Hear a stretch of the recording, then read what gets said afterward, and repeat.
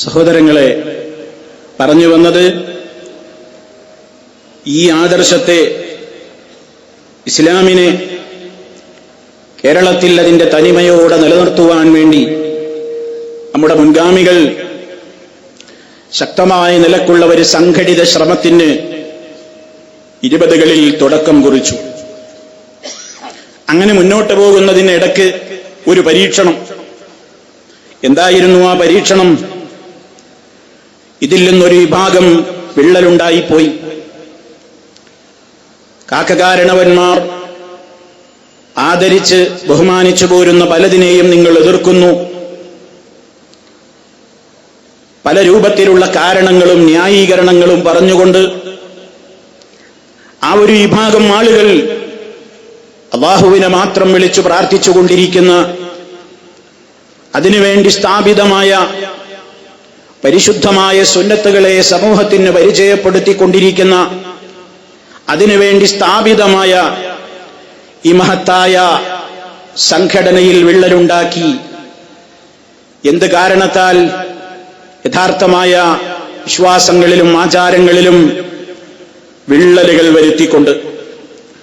സഹോദരങ്ങളെ, ഒരുപാട് ശിർക്കുകളെയും ബിദ്അത്തുകളെയും അവർ ഈ സമൂഹത്തിന്റെ മുമ്പിൽ ന്യായീകരിച്ചു. ശിർക്ക് ചെയ്യാനുള്ള പ്രോത്സാഹനങ്ങൾ, അല്ലാഹുവല്ലാത്തവരെ വിളിച്ചു പ്രാർത്ഥിക്കുവാനുള്ള ആഹ്വാനങ്ങൾ, അതിനുവേണ്ട പ്രത്യേകമായ തെളിവുകൾ, ദലീലുകൾ എന്നൊക്കെ പറഞ്ഞുകൊണ്ട്, പ്രമാണങ്ങൾ എന്നൊക്കെ പറഞ്ഞുകൊണ്ട് ആയത്തുകളെ ദുർവ്യാഖ്യാനിക്കുന്ന, ഹദീസുകളെ ദുർവ്യാഖ്യാനിക്കുന്ന മഹാദുരന്തം നമ്മുടെ കേരളക്കരയിൽ ഉണ്ടായി. നമ്മുടെ നേതാക്കൾ എന്ത് ചെയ്തു? നമ്മുടെ നേതാക്കൾ പതറി പിന്മാറിയില്ല. അവർ ആദർശ രംഗത്തെ ശക്തമായി തന്നെ പ്രതിരോധിച്ചു. നമ്മൾ മനസ്സിലാക്കണം, ശിർക്കിനെതിരെയുള്ള, ബിദ്അത്തുകൾക്കെതിരെയുള്ള ശക്തമായ സമരം പ്രമാണങ്ങൾ നിരത്തിക്കൊണ്ട് നമ്മുടെ മുൻഗാമികളായ പണ്ഡിതന്മാരിവിടെ നടത്തി. അങ്ങനെ നടത്തിയ, അതിന് നേതൃത്വം കൊടുത്ത കാലഘട്ടം കഴിഞ്ഞ് പിന്നെയും കാലഘട്ടങ്ങൾ കുറെ പിന്നിട്ടപ്പോൾ, അതേ ആ രംഗത്ത് നാം സംസാരിക്കുന്ന ഈ തിരൂരിന്റെ പരിസരത്ത് നിൽക്കുമ്പോൾ, അതേ നമുക്ക് ഓർക്കാതിരിക്കാൻ കഴിയാത്ത പേരാണ്. ഒരുപാട് ആളുകളുടെ മനസ്സിലേക്ക് തൗഹീദിന്റെയും സുന്നത്തിന്റെയും വെട്ടം പകർന്നു കൊടുത്ത മഹാനായ വെട്ടം അബ്ദുള്ള ഹാജി റഹിമഹുല്ലാ. അതുപോലെ തന്നെ രണ്ടത്താണിയിൽ ജീവിച്ച മഹാനായ സയ്യിദ് മൗലവി റഹിമഹുല്ലാ. ആദർശ രംഗത്തെ ഇളകാത്ത ശക്തമായ ആദർശത്തിന്റെ പ്രതീകമായി നിലകൊണ്ട ആ മഹാന്മാര്. അതുപോലെ തന്നെ വേങ്ങരയിൽ ജീവിച്ച മഹാനായ കുഞ്ഞീദ് മദനി റഹിമഹുല്ലാ. അതുപോലെ തന്നെ എന്റെ വന്യ ഗുരുവായ KP മുഹമ്മദ് മൗലവി റഹിമഹുല്ലാ. ഇനിയും പേര് പറയുകയാണെങ്കിൽ ആ പട്ടിക നീളുകയാണ്. ഒരുപാട് ഗ്രന്ഥങ്ങളിലൂടെ, വിശിഷ്യ തവസ്സുൽ എന്ന ഗ്രന്ഥത്തിലൂടെ, അൽ ഇസ്തിഗാസ എന്ന ഗ്രന്ഥത്തിലൂടെ, അസ്സൂഫിയ അഥവാ സൂഫിസം എന്ന ഗ്രന്ഥത്തിലൂടെ തൗഹീദി രംഗത്ത് വലിയ ശക്തമായ മതിൽക്കെട്ട് തീർത്തുകൊണ്ട് പ്രതിരോധം സൃഷ്ടിച്ച മഹാന്മാരായ പണ്ഡിതന്മാർ. അതുപോലെ തന്നെ ഇസ്ലാമിന്റെ ജീവൻ, ഇസ്ലാമിന്റെ അടിത്തറ തൗഹീദ് എന്ന പുസ്തകത്തിലൂടെ, അല്ലാഹുവിന്റെ ഔലിയാക്കൾ എന്ന പുസ്തകത്തിലൂടെ, അതുപോലെ തന്നെ ഒരുപാട് പ്രഭാഷണങ്ങളിലൂടെ ശക്തമായ നിലക്ക് ഈ ആദർശത്തെ കൃത്യമായി പ്രമാണങ്ങളുടെ വെളിച്ചത്തിൽ സംരക്ഷിക്കാൻ വേണ്ടി പാടുപെട്ട മഹാന്മാർ. സർവശക്തനായ അല്ലാഹുവേ, അവരുടെയൊക്കെ ഖബറുകൾ നീ സ്വർഗത്തോപ്പാക്കി മാറ്റണേ നാഥാ. അവരെയും ഞങ്ങളെയും നിന്റെ സ്വർഗലോകത്തിന് ഒരുമിച്ച് ചേർക്കണമേ നാഥാ. അതേ, ആ മഹത്തുക്കളായ പണ്ഡിതന്മാർ ഒരുപാട് ത്യാഗങ്ങൾ സഹിച്ചവരാണ്. ഖുതുബക്ക് വേണ്ടി മഹാനായ സയ്യിദ് മൗലവി റഹിമഹുല്ലയെ രണ്ടത്താണിക്കാര് അതേ മസ്ജിദുർ റഹ്മാനിയയിലേക്ക് ക്ഷണിക്കുന്ന കാലത്ത് മഹാനവറുകളെ കുറിച്ചുള്ള ചരിത്രത്തിൽ നമുക്ക് കാണാം. അതേ, എനിക്ക് നിങ്ങളോടൊരു കാര്യമാണ് ഉപാധിയായി പറയാനുള്ളത്. ഞാൻ ഖതീബായി വരാം. ഞാൻ എന്ത് ഖുതുബ പറയണം എന്ന കാര്യത്തിൽ നിങ്ങൾ നിബന്ധന വെക്കരുത്. ഞാൻ എന്ത് സംസാരിക്കണം എന്ന കാര്യത്തിൽ നിങ്ങൾ ഇടപെടരുത്. അല്ലാഹുവിന്റെ ഖുർആനും അഷ്റഫുൽ ഖൽഖ് സല്ലല്ലാഹു അലൈഹി വസല്ലമിന്റെ ഹദീസുകളും പറയാനും സംസാരിക്കാനും ഉള്ള എന്റെ സ്വാതന്ത്ര്യത്തിൽ കൈവച്ചുകൊണ്ടുള്ള ഒരു ജോലി എനിക്ക് വേണ്ട. ആദർശ രംഗത്തതാ ശക്തമായ നിലക്ക് അന്ന് തന്നെ തന്റെ പ്രഖ്യാപനം ഏർപ്പെടുത്തിയ മഹാനായ സയ്യിദ് മൗലവിയെ സംബന്ധിച്ചുള്ള ഓർമ്മക്കുറിപ്പുകൾ എഴുതിയിട്ടുള്ള തൗഹീദിനു വേണ്ടി ഒരു ധന്യജീവിതം എന്ന പുസ്തകത്തിൽ അതേ മഹാനവറുകൾ പറയുന്നുണ്ട്, മിമ്പറിൽ കയറി സ്വതന്ത്രമായ ഖുതുബ നടത്താനുള്ള സ്വാതന്ത്ര്യം എനിക്ക് വേണം. ഖുതുബയിൽ ഇന്ന കാര്യം പറയണം, ഇന്ന കാര്യം പറയാൻ പാടില്ല എന്നൊന്നുമുള്ള നിർദ്ദേശങ്ങൾ കമ്മിറ്റിയിൽ നിന്നുണ്ടാവാൻ പാടില്ല.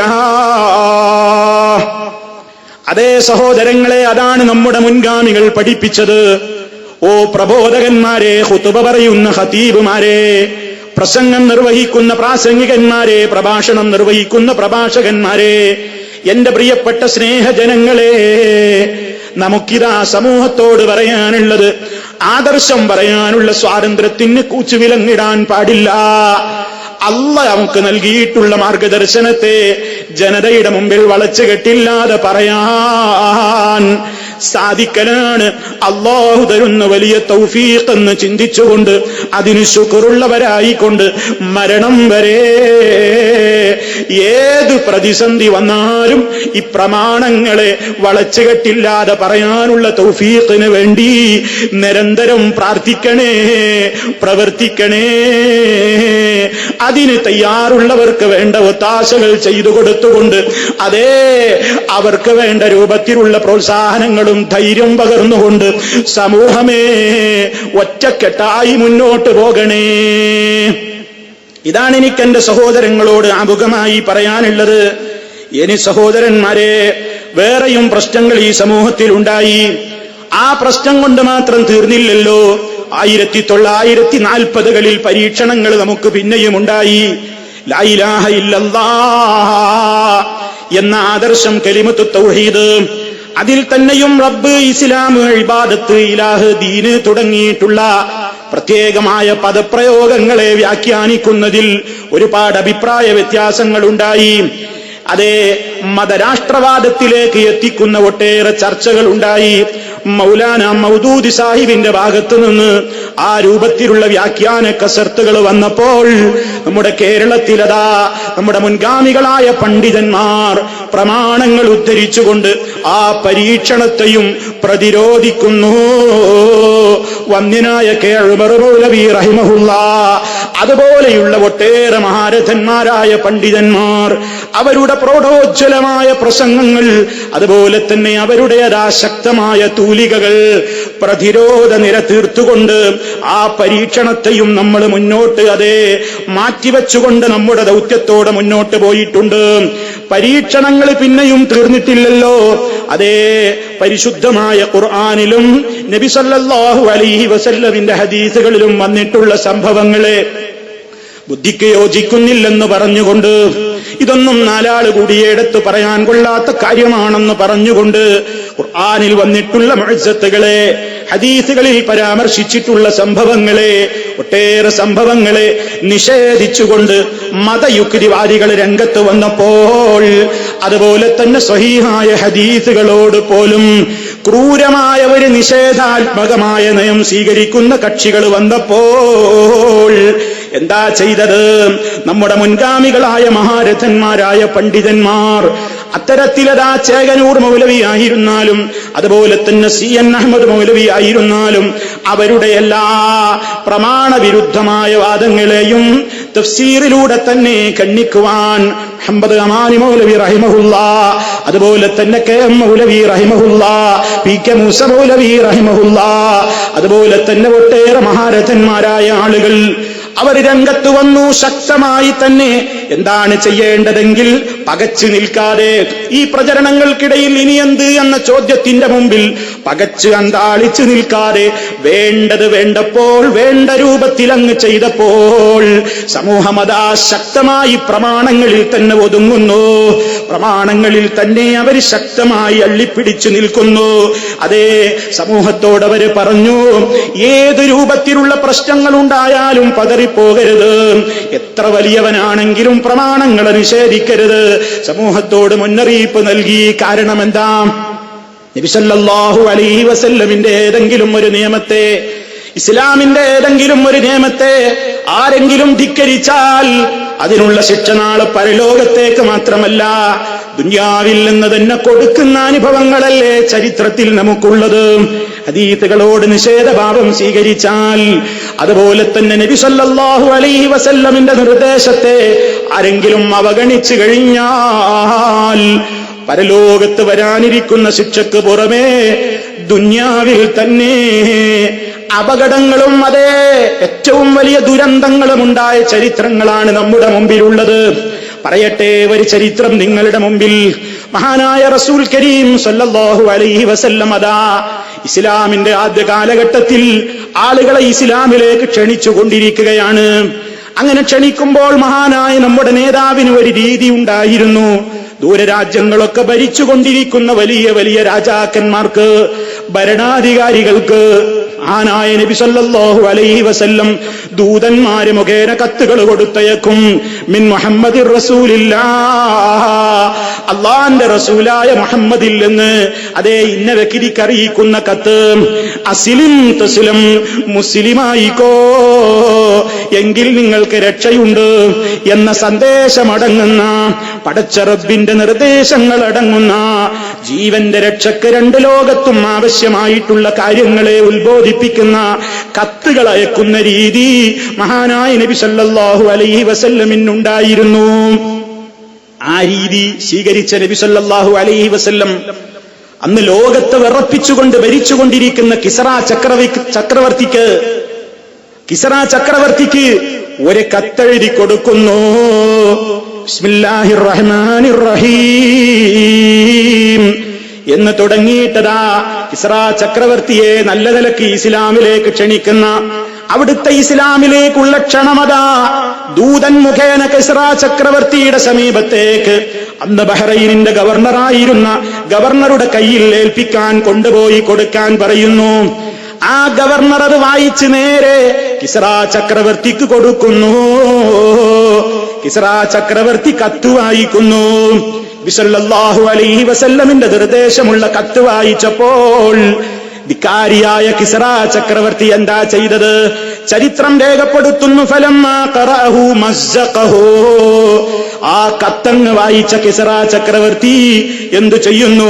കത്തങ്ങ് പിച്ചി കീറുന്നു, ചവറ്റുകൊട്ടയിലേക്ക് വലിച്ചെറിയുന്നു. മഹാനായ തിരുനബി സല്ലല്ലാഹു അലൈഹി വസല്ലമിന്റെ ശറഫാക്കപ്പെട്ട കൈകൊണ്ട് കൊടുത്തേൽപ്പിച്ച ആ കത്ത് അഷ്റഫുൽ ഖൽഖിന്റെ കുടുംബത്തെ സഹായിക്കാനുള്ള കത്തല്ല. സഹോദരാ, നിങ്ങൾക്ക് പരലോകത്തെ രക്ഷ വേണോ? ജീവിതത്തിൽ രണ്ട് ലോകത്തും അതേ എല്ലാ രൂപത്തിലുമുള്ള സുരക്ഷിതത്വം വേണോ? മുസ്ലിമായിക്കോ, ഞാൻ പറയുന്നത് ശ്രദ്ധിച്ചോ എന്നും പറഞ്ഞുകൊണ്ടുള്ള കത്ത് കിട്ടിയ കിസ്റ ചക്രവർത്തി അത് വായിച്ച് അവഗണനയോടെ കീറിക്കളയുന്നു. എന്താ സംഭവിച്ചത്? മഹാനായ നബി സല്ലല്ലാഹു അലൈഹി വസല്ലമിന്റെ മനസ്സ് നൊന്തു. ഫദഅ അലൈഹിം റസൂലുള്ളാഹി സല്ലല്ലാഹു അലൈഹി വസല്ലം അയാൾക്കെതിരെ ദുആ ചെയ്യുകയാണ്. അല്ലാഹുമ്മ മസ്ജിഖുഹു കുല്ല മുമസ്സഖ്, അതേ റബ്ബേ, നിന്റെ നിർദ്ദേശത്തെ പിച്ചിക്കീറി വലിച്ചെറിഞ്ഞവൻ, അതേ അവനെയും നീ ഛിന്ന ഭിന്നമാക്കണേ. അവന്റെ എല്ലാ കാര്യങ്ങളെയും നീയും പിച്ചി ചീന്തണേ അല്ലാഹ്. സല്ലല്ലാഹു അലൈഹി വസല്ലമിന്റെ ദുആ. എന്താ സംഭവിച്ചത്? രാജ്യം വിറപ്പിച്ച് ഭരിച്ചിരുന്ന, അധികാരത്തിന്റെ പവർ കൊണ്ട് അഹങ്കരിച്ചിരുന്ന, അധികാര കസേര എന്നും എന്റെ ആസനത്തിന്റെ കീഴിൽ ഭദ്രമാണെന്ന് വിചാരിച്ചിരുന്ന ആ കിസ്റ ചക്രവർത്തിയുടെ നെകളിപ്പ് നിൽക്കുന്നു. സ്വന്തം കുടുംബത്തിലെ തന്നെ സ്വന്തം മകനതാ ബാപ്പക്കെതിരെ തിരിയുന്നു. അതേ ചക്രവർത്തിയുടെ വയറ്റിന് കുത്തിക്കൊണ്ട് വയറ് കുത്തിപ്പിളർത്തി അയാളുടെ ശരീരം ഛിന്ന ഭിന്നമാക്കിക്കൊണ്ട് മകനതാ അധികാര കസേരയിൽ നിന്ന് ബാപ്പയെ തെറിപ്പിക്കുന്നു. അതേ പഠിച്ചോളണം മുസ്ലിമേ, അധികാരത്തിന്റെ ഹുങ്ക് കൊണ്ട് എന്തും ചെയ്യാൻ എന്നും കഴിയില്ല. അതേ അധികാര കസേരയൊന്നും ഒരാളുടെ ആസനത്തിന്റെ കീഴിൽ ഭദ്രമല്ല. അതേ നബി സല്ലല്ലാഹു അലൈഹി വസല്ലം പഠിപ്പിച്ച ഒരു സത്യത്തിനെതിരെ അഹങ്കാരം ഒത്തുകൊണ്ട് ശബ്ദിച്ചപ്പോൾ അതേ ഇത്രകാലവും ഭദ്രമെന്ന് വിചാരിച്ച അവന്റെ സിംഹാസനം അത് തെറിച്ചു പോകുന്നു. അവൻ തന്നെയും ഭൂമിയിൽ നിന്നതാ ഛിന്ന ഭിന്നമായിക്കൊണ്ട് നാമാവശേഷമാകുന്നു. നമ്മൾ ചിന്തിക്കണം, എന്താ പ്രിയമുള്ളവരെ സംഭവിച്ചത്? ഇവിടെ നമ്മൾ ആലോചിച്ചോ, നബി സല്ലല്ലാഹു അലൈഹി വസല്ലമിന്റെ കൽപ്പനയോട്, അവിടുത്തെ നിർദ്ദേശത്തോട്, അവിടുത്തെ ആജ്ഞയോട്, അവിടുത്തെ ഒരു പ്രത്യേകമായ ആ ഒരാഗ്രഹത്തോട് ഇടം തിരിഞ്ഞു നിന്ന് അഹങ്കാരം കാണിച്ചപ്പോഴല്ലേ ഈ സംഭവിക്കുന്നത്. ഇത് നമ്മൾ മനസ്സിലാക്കണം. ഇത്തരത്തിലുള്ള ചരിത്രങ്ങൾ ഓർമ്മപ്പെടുത്തിക്കൊണ്ട് അതേ നമ്മുടെ മുൻഗാമികളതാ ഹദീസ് നിഷേധികളോട്, ഖുർആനിന്റെ വചനങ്ങളെ നിഷേധിക്കുന്നവരോട്, അതുപോലെയുള്ള ഒട്ടേറെ കാര്യങ്ങൾ നിഷേധിക്കുന്ന ആളുകളെ നേരിട്ടിട്ടുണ്ട് എന്ന് നമ്മൾ മനസ്സിലാക്കണം. അതേ അപ്പോഴും ജനങ്ങൾ എന്ത് ചെയ്തു? ശക്തമായി പ്രമാണങ്ങൾ അവർ പഠിപ്പിക്കപ്പെട്ടപ്പോൾ അവര് ശരിക്കും മനസ്സിലാക്കി എന്താണ് സത്യം. നമ്മുടെ ബുദ്ധിയല്ല പ്രധാനം, അഖിലിനല്ല പ്രധാനം, നഖിലിനാണ്. നമ്മുടെ ബുദ്ധിയൊക്കെ എത്ര പരിമിതമാണ്. അള്ളയല്ലേ നമ്മെ പഠിച്ചത്. നമ്മെ പഠിച്ച റബ്ബിനെ പഠിപ്പിക്കുന്ന ഒരു നിയമത്തെ നാം ചോദ്യം ചെയ്യാനോ പാടില്ല. അവിടുന്ന് എന്ത് പഠിപ്പിച്ചാലും, അവിടുന്ന് അതേ അള്ളാന്റെ വഹയി പ്രകാരം നമ്മോട് എന്ത് പറഞ്ഞാലും ആമന്നാ ഞങ്ങൾ വിശ്വസിച്ചിരിക്കുന്നു, സമിഅനാ ഞങ്ങൾ കേട്ടിരിക്കുന്നു, വഅതഅനാ ഞങ്ങൾ അനുസരിക്കാൻ തയ്യാറാണ് റബ്ബേ. ആ ഒരു പ്രഖ്യാപനത്തിൽ കേരളത്തിലെ മുജാഹിദുകൾ നീങ്ങി. നമ്മുടെ പണ്ഡിതന്മാർ അവർക്ക് ബോധവൽക്കരണം കൊടുത്ത കാലഘട്ടത്തിൽ അവർക്കാരും പിന്നെ കൃത്യമായി തന്നെ ഒരു പതർച്ചയുമില്ലാതെ ആദർശ രംഗത്തവര് മുന്നേറിയിട്ടുണ്ട്. ഇനിയും സഹോദരന്മാരെ, പിന്നെയും അതാ ഓരോന്ന് പോകുമ്പോഴും വേറെ പരീക്ഷണങ്ങൾ വരുന്നു. 2002 അതാ പിന്നെയും വരുന്നു നമ്മുടെ മുമ്പിൽ പരീക്ഷണം. അതെന്താ? ഇതുവരെ പാടുപെട്ട് അധ്വാനിച്ചത് നമ്മൾ എന്തിനാ? ലാ ഇലാഹ ഇല്ലല്ലാഹ്, ഈ ആദർശത്തിന് വേണ്ടി വീടും കുടുംബവും വിട്ടവരാണ് നമ്മൾ. പ്രയാസങ്ങൾ സഹിച്ചവരാണ് നമ്മൾ. കല്ലേറും കൂക്കുവിളികളും അനുഭവിച്ചവരാണ് നമ്മൾ. അതേ നമ്മുടെ മുൻഗാമികൾ സഹിച്ച എത്ര നമുക്ക് സഹിക്കേണ്ടി വന്നിട്ടില്ല. എന്നാലും പ്രിയമുള്ളവരെ, ഏറെ പ്രയാസങ്ങളും പ്രതിസന്ധികളും ഈ തൗഹീദിന് വേണ്ടിയാണ് നാം അധ്വാനിച്ച് ഒരുപാട് ബുദ്ധിമുട്ടിയതെങ്കിൽ ആ രംഗത്തുള്ള നമ്മുടെ ദാർഢ്യതയെയാണ്, വിശ്വാസ്യതയെ ചോദ്യം ചെയ്തുകൊണ്ടാണ് 2002 നമുക്കൊരു പരീക്ഷണമുണ്ടായത്. അതെന്താ? ശിർക്കിന്റെ പ്രചാരകരുടെ പത്രമോഫീസിൽ പോയിക്കൊണ്ട്, അവരുടെ മുഖപത്രത്തിന്റെ മുമ്പിൽ പോയിക്കൊണ്ട് അതേ ഒരു മൗലവിയതാ അഭിമുഖം കൊടുക്കുന്നു. മൗലവി ഭാഗം മുശ്രിക്കുകൾ തന്നെ. മഹാനായ പി അബ്ദുൽ ഖാദർ മൗലവി അതേ അന്ന് അദ്ദേഹം നേതൃത്വം നൽകിയിരുന്നു. ആ നേതൃത്വം നൽകിയിരുന്ന ആ കാലഘട്ടത്തിൽ തന്നെ നിങ്ങൾ ചിന്തിച്ചു നോക്കൂ, അന്നും അദ്ദേഹം തന്നെയാണ്. ആ മൗലവിയുടെ പേര് പറഞ്ഞുകൊണ്ട് മൗലവി വിഭാഗം ഇതാ കടുത്ത ശിർക്കിലേക്ക് പോയിരിക്കുന്നു. അവര് കടുത്ത മുശ്രിക്കുകൾ തന്നെ എന്നതാ ഖുറാഫികളുടെ മാസികക്ക് അഭിമുഖം കൊടുത്തുകൊണ്ട് ഒരു സുല്ലമി അഭിമുഖം നടത്തുന്നു. സർവ്വ മുജാഹിദുകളുടെ പേരിലും ശിർക്ക് ആരോപിക്കുന്നു. അവര് ജിന്നുകളോട് വിളിച്ചു പ്രാർത്ഥിക്കുന്നവരാണെന്ന് പറയുന്നു, പിശാച് പൂജകരാണെന്ന് പറയുന്നു. നാട് നീങ്ങിയ അന്ധവിശ്വാസങ്ങളെ മുഴുവനും അതേ ജിന്നിന്റെ പേരിൽ സമൂഹത്തിലേക്ക് കൊണ്ടുവരുന്നവരാണെന്ന് പ്രചരിപ്പിച്ചു. ആ സന്ദർഭത്തിൽ നമ്മുടെ നേതാക്കൾ അവർക്കൊരു പതർച്ചയുമുണ്ടായില്ല. നമ്മുടെ യുവപ്രഭാഷകര് പതറിയില്ല, നമ്മുടെ വിദ്യാർത്ഥികൾ പതറിയില്ല, നമ്മുടെ യുവജനങ്ങൾ പതറിയില്ല, നേതാക്കൾ പതറിയില്ല, പ്രഭാഷകന്മാര് പതറിയില്ല, എഴുത്തുകാര് പതറിയില്ല. എല്ലാവരും ഒറ്റക്കെട്ടായി ഒരേ മനസ്സോടുകൂടെ ആ അപശബ്ദത്തിനെതിരെ തിരിഞ്ഞു. അതായിരുന്നു അപശബ്ദം. ആ അപശബ്ദത്തിനെതിരെ മഹാന്മാരായ നമ്മുടെ പണ്ഡിതന്മാർ വളരെ കൃത്യമായി തന്നെ പ്രമാണങ്ങൾ ഉദ്ധരിച്ചുകൊണ്ട് ശിർക്കാരോപണത്തെ നേരിട്ടു. എന്താണ് സലഫുസ് സാലിഹീങ്ങളുടെ രീതി? ഖുർആൻ മനസ്സിലാക്കണമെങ്കിൽ, ഹദീസ് മനസ്സിലാക്കണമെങ്കിൽ കേവലം ഒരു ഡിക്ഷണറി പോരാ. അത് പഠിക്കേണ്ടത്, മനസ്സിലാക്കേണ്ടത് അതാദ്യമായി കേട്ട തലമുറയായ സഹാബാ കിറാം റളിയല്ലാഹു അൻഹും അവരെങ്ങനെയാണോ പ്രമാണങ്ങൾ മനസ്സിലാക്കിയതെങ്കിൽ അതുപോലെ മനസ്സിലാക്കി കഴിഞ്ഞാൽ നമുക്ക് പഴക്കാനില്ല. ശക്തമായി എറണാകുളം സമ്മേളനം, അവിടുന്ന് അങ്ങോട്ട് ശക്തമായ നിലക്ക് നമ്മളൊരു 10 വർഷം കൊണ്ട് വമ്പിച്ച മുന്നേറ്റം നടത്തി. വലിയ മാറ്റമുണ്ടായി. ശിർക്കാരോപകർക്ക് മാളത്തിൽ ഒളിക്കേണ്ടി വന്നു. അവർക്ക് തലയുയർത്താൻ സാധിച്ചില്ല. എല്ലായിടങ്ങളിലും താഴെ തട്ട് മുതൽ മുകൾ തട്ട് വരെ ജനം ഉണർന്നു. പ്രത്യേകിച്ചതാ യുവസമൂഹത്തിൽ വലിയ ജാഗരണമുണ്ടായി, വിദ്യാർത്ഥി സമൂഹത്തിൽ വലിയ ജാഗരണമുണ്ടായി. അതേ സാൽവേഷനുകൾ കേരളത്തിന്റെ വിവിധ ഭാഗങ്ങളിൽ നടന്നു. ഫ്ലക്സ് ബോർഡുകളിലൂടെയുള്ള പ്രബോധനം എന്ന് പറഞ്ഞുകൊണ്ട് പരിഹസിച്ചവർക്ക് പോലും അന്തം വിട്ട് പതറി നിൽക്കേണ്ടുന്ന ഒരവസ്ഥയോളം നമ്മുടെ ഫ്ലക്സ് ബോർഡുകളിൽ എഴുതിവെച്ചിട്ടുള്ള പ്രമാണങ്ങളുടെ ആ ചോദ്യശരങ്ങൾ, പ്രമാണങ്ങളുടെ തിളക്കമതാ യുവസമൂഹത്തിന്റെ മനസ്സിനെ തെല്ലൊന്നുമല്ല സ്വാധീനിച്ചത്. അങ്ങനെ സാൽവേഷനുകളിലൂടെ ശക്തമായ നിലക്കുള്ള മാറ്റങ്ങളുണ്ടായി. യുവസമൂഹം നടത്തിയ ക്യാമ്പയിനുകളിലൂടെ യുവാക്കൾക്കിടയിൽ വലിയ മാറ്റങ്ങളുണ്ടായി. അതുകൊണ്ടും തീർന്നില്ലല്ലോ. ഈ ഒരു 10 കൊല്ലത്തിനിടയ്ക്ക് തന്നെ ശക്തമായ നിലയ്ക്ക് നമ്മൾ അതേ പ്രബോധന രംഗത്ത് വലിയ മാറ്റം കാഴ്ചവെച്ച മറ്റൊരു മേഖലയായിരുന്നു വിദ്യാർത്ഥി സമൂഹത്തിന്റെ പ്രൊഫഷണൽ മേഖലയിലുള്ള വിദ്യാർത്ഥികൾക്ക് വേണ്ടി സംഘടിപ്പിച്ചിട്ടുള്ള പ്രോഫ്കോൺ എന്ന പേരിൽ നമ്മൾ ആ ലേബലിൽ നടത്തിക്കൊണ്ടിരുന്ന, ആ ബാനറിൽ നടത്തിക്കൊണ്ടിരുന്ന അതേ തൊഴിലധിഷ്ഠിത വിദ്യാഭ്യാസം നേടുന്ന വിദ്യാർത്ഥികൾക്ക് വേണ്ടി, പ്രൊഫഷണൽ വിദ്യാർത്ഥികൾക്ക് വേണ്ടി സംഘടിപ്പിക്കുന്ന പ്രോഫ്കോൺ ക്യാമ്പസുകളിൽ അതിന്റെ ശക്തമായ ചലനങ്ങളുണ്ടായി.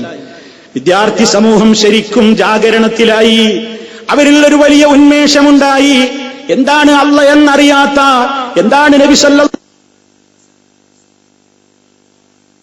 റബ്ബ് പഠിപ്പിച്ച ആദർശം എന്തെന്നറിയാത്ത, അല്ലാഹുവിന്റെ കിതാബ് എന്തെന്നറിയാത്ത, മഹാന്മാരായ മുൻഗാമികൾ ആരായിരുന്നു എന്ന് പഠിക്കാത്ത, ലഹരിയുടെയും സെക്സിന്റെയും അയാലോകത്ത് മാത്രം വിരാജിച്ച് നടന്നിരുന്ന ഒട്ടേറെ ഇരുട്ട് നിറഞ്ഞ കട്ട പിടിച്ച ഹൃദയങ്ങൾ ഉണ്ടായിരുന്ന ഒട്ടേറെ ചെറുപ്പക്കാരെ അതേ ഈ പ്രോഫ്കോണിലൂടെ ഇസ്ലാമിന്റെ സുന്ദരമായ ശാദ്വല തീരത്തേക്ക് അവരണഞ്ഞു വന്നു.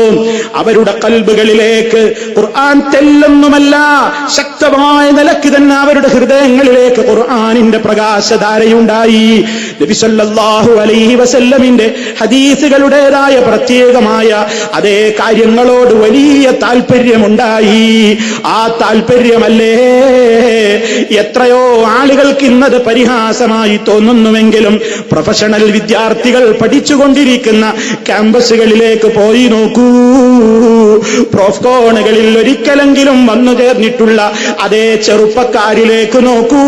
അവരുടെ വസ്ത്രധാരണത്തിൽ അത് കാണുന്നുണ്ട്, വാക്കുകളിൽ അത് കാണുന്നുണ്ട്, നോക്കുകളിൽ അത് കാണുന്നുണ്ട്, അധ്യാപകരോടുള്ള പെരുമാറ്റത്തിൽ അത് കാണുന്നുണ്ട്, സഹപ്രവർത്തകരോടുള്ള പെരുമാറ്റത്തിൽ അത് കാണുന്നുണ്ട്, അയൽക്കാരോടുള്ള ബന്ധത്തിൽ അത് കാണുന്നുണ്ട്, മുതിർന്നവരോടുള്ള ബഹുമാനത്തിൽ അത് കാണുന്നുണ്ട്, ഇളയവരോടുള്ള കാരുണ്യത്തിൽ അത് കാണുന്നുണ്ട്. വലിയ മാറ്റമാണ് ഉണ്ടായത്.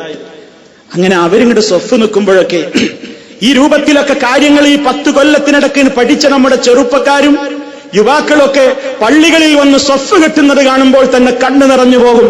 അതെ, ഇന്നും പ്രിയമുള്ളവരെ, ഇങ്ങോട്ടുള്ള യാത്രാമധ്യേ നമസ്കാരത്തിന് പള്ളിയിൽ കയറി നിസ്കരിച്ചിരിക്കുമ്പോ വൈകി വന്ന വാഹനത്തിൽ വന്ന ഒരു കൂട്ടം ആളുകൾ ഞാൻ നിസ്കരിച്ചിരിക്കുന്നതിന്റെ മുമ്പിൽ അവർ സ്വഫ് കെട്ടുന്നത് കണ്ടപ്പോൾ അൽഹംദുലില്ലാഹ് മനസ്സറിഞ്ഞ് റബ്ബിനെ സ്തുതിച്ചുപോയി. ആരും അവരെ നിയന്ത്രിച്ചിട്ടല്ല, ആരും പറഞ്ഞിട്ടല്ല. 1 മിനിറ്റ് കഥ എത്ര പെട്ടെന്നാണ് അവർ സ്വഫ് ശരിയാക്കിയത്. അതേ കാലോട് ചേർത്ത് നിന്നുകൊണ്ട് നബി സല്ലല്ലാഹു അലൈഹി വസല്ലമിന്റെ ബാക്കിൽ നിസ്കരിച്ച സ്വഹാബാ കിറാം റളിയല്ലാഹു അൻഹും അവരുടെ മടമ്പോട് ചേർത്ത് നിന്നുകൊണ്ട്, ചുമലിനോട് ചേർത്ത് നിന്നുകൊണ്ട് ഒട്ടി നിന്ന് തിങ്ങി നിൽക്കുന്ന ആ ഒരു കാഴ്ച, ഇത് യുവാക്കൾക്ക് എവിടെ നിന്ന് കിട്ടിയതാണ്? വിദ്യാർത്ഥികൾക്ക് എവിടെ നിന്ന് കിട്ടിയതാണ്? അവരുടെ പാന്റ് നിര്യാണിക്ക് മുകളിലായത് എവിടെ നിന്ന് കിട്ടിയതാണ്? അവരുടെ മുഖരോമങ്ങൾ അവർ ഷേവ് ചെയ്യാതെ, അല്ലാഹുവേ നീ ഞങ്ങളെ പഠിപ്പിച്ച നിന്റെ നേതാവിന്റെ, നിന്റെ പ്രവാചകന്റെ ചര്യയാണിതെന്ന് മനസ്സിലാക്കിക്കൊണ്ട് എവിടെ വെച്ചാണെങ്കിലും ഈ ചിഹ്നങ്ങളെയൊന്നും മാറ്റിവെക്കാതെ കരുത്തോടെ മുന്നോട്ട് പോകാൻ നമ്മുടെ സഹോദരങ്ങൾക്ക് അവസരം കിട്ടിയത് എവിടെ നിന്ന്? ഇറുകിപ്പിടിച്ച വസ്ത്രവുമായി കൊണ്ട് തന്റെ സ്ത്രൈണത തുളുമ്പിക്കുന്ന വസ്ത്രവും ധരിച്ചുകൊണ്ട് ക്യാമ്പസുകളിൽ ആടിപ്പാടി നടന്നിരുന്ന എത്രയോ പെൺകുട്ടികൾ, അതേ പർദ്ദ ധരിച്ചുകൊണ്ട് സ്റ്റെതസ്കോപ്പ് അണിഞ്ഞുകൊണ്ട്, അതേ എഞ്ചിനീയറിംഗ് കോളേജുകളിലൂടെ മെഡിക്കൽ കോളേജുകളിലൂടെ അവരവരുടേതായ ഡ്യൂട്ടികൾ നിർവഹിക്കുന്ന വിദ്യാർത്ഥിനി ലോകത്തെ ഉണ്ടാക്കിയത് നമുക്ക് എങ്ങനെയാണ്? എവിടെ നിന്ന് കിട്ടിയതാണ്? അതേ ചേർക്കുമ്പോൾ ഇല്ലാത്തവര് സംസ്കാരം കുറച്ചു കാലം കഴിഞ്ഞ് നമ്മുടെ എംഎസ്എമ്മുമായി ബന്ധപ്പെട്ടുകൊണ്ട് വന്നപ്പോൾ പപ്പയോടും ഉമ്മയോടും മക്കൾ ലീവിന് വരുമ്പോൾ പെരുമാറ്റത്തിലുള്ള ഒരു വശ്യത, അതേ ജമാഅത്തിന് പള്ളിയിൽ പോകാനുള്ള ഒരു പ്രത്യേക താല്പര്യം, ജീവിതത്തിന്റെ നിഖില മേഖലകളിലും ആ വിദ്യാർത്ഥികളിൽ കണ്ട മാറ്റത്തെ പ്രോത്സാഹിപ്പിക്കുന്നതിന് പകരം പലരും നിരുത്സാഹപ്പെടുത്തി. ഇത് തീവ്രവാദമാണ് മക്കളെ, ഇത് ഹുലുവാണ് മക്കളെ, ഇത് അമിതത്വമാണ് മക്കളെ എന്ന് പറഞ്ഞ് അത്തരം സംരംഭങ്ങളെ ഇകഴ്ത്തി കാണിക്കാൻ ശ്രമിച്ചപ്പോഴും പതറിയിട്ടില്ല നമ്മുടെ വിദ്യാർത്ഥി ലോകം, പിന്മാറിയിട്ടില്ല നമ്മുടെ യുവസമൂഹം, ഒതുങ്ങി നിന്നിട്ടില്ല നമ്മുടെ പ്രഭാഷക നേതാക്കൾ. അതേ കൃത്യമായി തന്നെ ആശയത്തെ കൃത്യമായി സമൂഹത്തിന്റെ മുമ്പിലേക്ക് അങ്ങ് കൊടുത്തു. ആ സംവിധാനങ്ങളൊന്നും ഇവിടെ മുരടിച്ചു പോകാൻ പാടില്ല. ഇൻഷാ അല്ലാഹ് മാർച്ച് 8, 9, 10 തീയതികളിൽ മലപ്പുറത്തിന്റെ മണ്ണിലതാ പ്രോഫ്കോണിന്റെ വലിയ സംരംഭം നടക്കാൻ പോകുന്നു. പ്രിയമുള്ളവരെ, ബന്ധപ്പെട്ടവരെ മുഴുവൻ വിദ്യാർത്ഥികളെയും ആ മേഖലയിലേക്ക് പറഞ്ഞേക്കൂ. അല്ലാഹുവിന്റെ ദീനവര് പഠിക്കട്ടെ. നബി സല്ലല്ലാഹു അലൈഹി വസല്ലമിന്റെ ചര്യകളോട് സ്നേഹമുള്ള, അക്ഷരാർത്ഥത്തിൽ ഹബീബ് സല്ലല്ലാഹു അലൈഹി വസല്ലമിനെ ഇത്തിബാ ചെയ്യുന്ന ഒരു സമൂഹം ഇവിടെ വളരട്ടെ. ആ സമൂഹത്തിന്റെ രക്ഷിതാക്കളാകാൻ, ആ മക്കളുടെ ഉപ്പമാരാകാൻ, ആ മക്കളുടെ ഉമ്മമാരാകാൻ, ആ മക്കളുടെ ജ്യേഷ്ഠന്മാരാകാൻ, ആ മക്കളുടെ അനിയന്മാരാവാൻ പ്രിയമുള്ളവരെ നിങ്ങൾക്കും കൊതിയില്ലേ? കൊതിയില്ലേ? നമുക്ക് ഖബറിൽ പ്രാർത്ഥന കിട്ടില്ലേ അവരുടേത്? അതുകൊണ്ട് ആത്മാർത്ഥമായി കൊണ്ട് നമ്മൾ ചിന്തിക്കുക. ആ മേഖലയിലൊക്കെ നമ്മുടേതായ പ്രത്യേകമായ ദൗത്യങ്ങളൊന്നും അവസാനിച്ചിട്ടില്ല, അവസാനിക്കാനും പാടില്ല. മാത്രല്ല, പെരിന്തൽമണ്ണയിൽ ഇന്ന് സമാപിച്ചു എന്ന് തോന്നുന്നു ഇൻസൈറ്റ്, പരിശുദ്ധ ഖുർആൻ മഹാത്ഭുതം എന്ന നിലക്ക് സമൂഹത്തിന്റെ ഒരുപാട് സ്ഥലങ്ങളിൽ നമ്മളത് നടത്തി. മന്ത്രിമാരും വിദ്യാഭ്യാസ നേതാക്കളും വിചക്ഷണന്മാരും പലരും അത് കണ്ടു, പലതും ഉൾക്കൊണ്ടു. ആ രൂപത്തിലുള്ള പ്രവർത്തനങ്ങൾ ഇനിയും നടക്കേണ്ടതുണ്ട്. സമൂഹത്തിൽ അതൊക്കെ ഇപ്പോഴും നടന്നുകൊണ്ടിരിക്കുകയാണ്.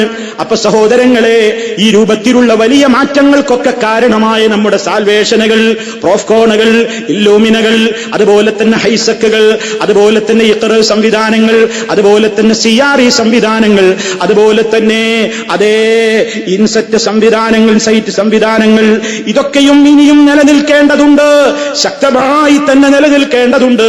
കാരണം അന്നത് നിലനിർത്തിയതിന്റെ പേരിലാണ് ശക്തമായി സമൂഹം ആദർശം കൃത്യമായി പഠിച്ചത്.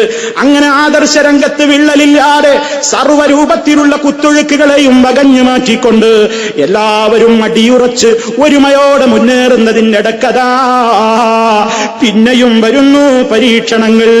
അതെന്താ? ഇതിൽപ്പെട്ടതാണെന്ന് ധ്വനിപ്പിക്കുന്ന ചില ചാരന്മാര് കടന്നു വരുന്നു. ശക്തമായി മുന്നേറിക്കൊണ്ടിരിക്കുന്ന ഈ മഹാപ്രവാഹത്തിൽ കലക്കലുണ്ടാക്കാൻ ചിലർ കടന്നു വരുന്നു. അവർക്ക് എവിടെ നിന്നോ ചില പ്രഭാഷകന്മാരുടെ സീഡികളിൽ നിന്ന് ചിലതൊക്കെ കട്ടുമുറിച്ചതും അവരുടെ കൈവശമുണ്ട്. അതുകൊണ്ട് അവർ പലരുടെയും വീടുകളിൽ കയറിയിറങ്ങി പല സ്ഥലത്തും അവർ വിതരണം ചെയ്തു. കട്ടുമുറിച്ച ക്ലിപ്പുകളും സീഡികളുമായി നടന്നുകൊണ്ട് അതേ മുജാഹിദുകൾ ഇതാ ഒറ്റക്കെട്ടായി 2002 മുതൽക്ക് ഒരു സമൂഹത്തോട് ശിർക്കാരോപണം നടത്തിയപ്പോൾ പ്രതിരോധ നിര തീർത്ത അതേ സമൂഹത്തിൽ വിള്ളലുണ്ടാക്കാൻ വേണ്ടി ചില ചാരന്മാർ സമൂഹത്തിലേക്ക് കയറി വന്നുകൊണ്ട് കട്ടുമുറിച്ച ക്ലിപ്പുകളും സീഡികളും അവർ പ്രചരിപ്പിച്ചുകൊണ്ട് മുജാഹിദുകൾക്കിടയിൽ അവർ കറങ്ങിത്തിരിഞ്ഞു.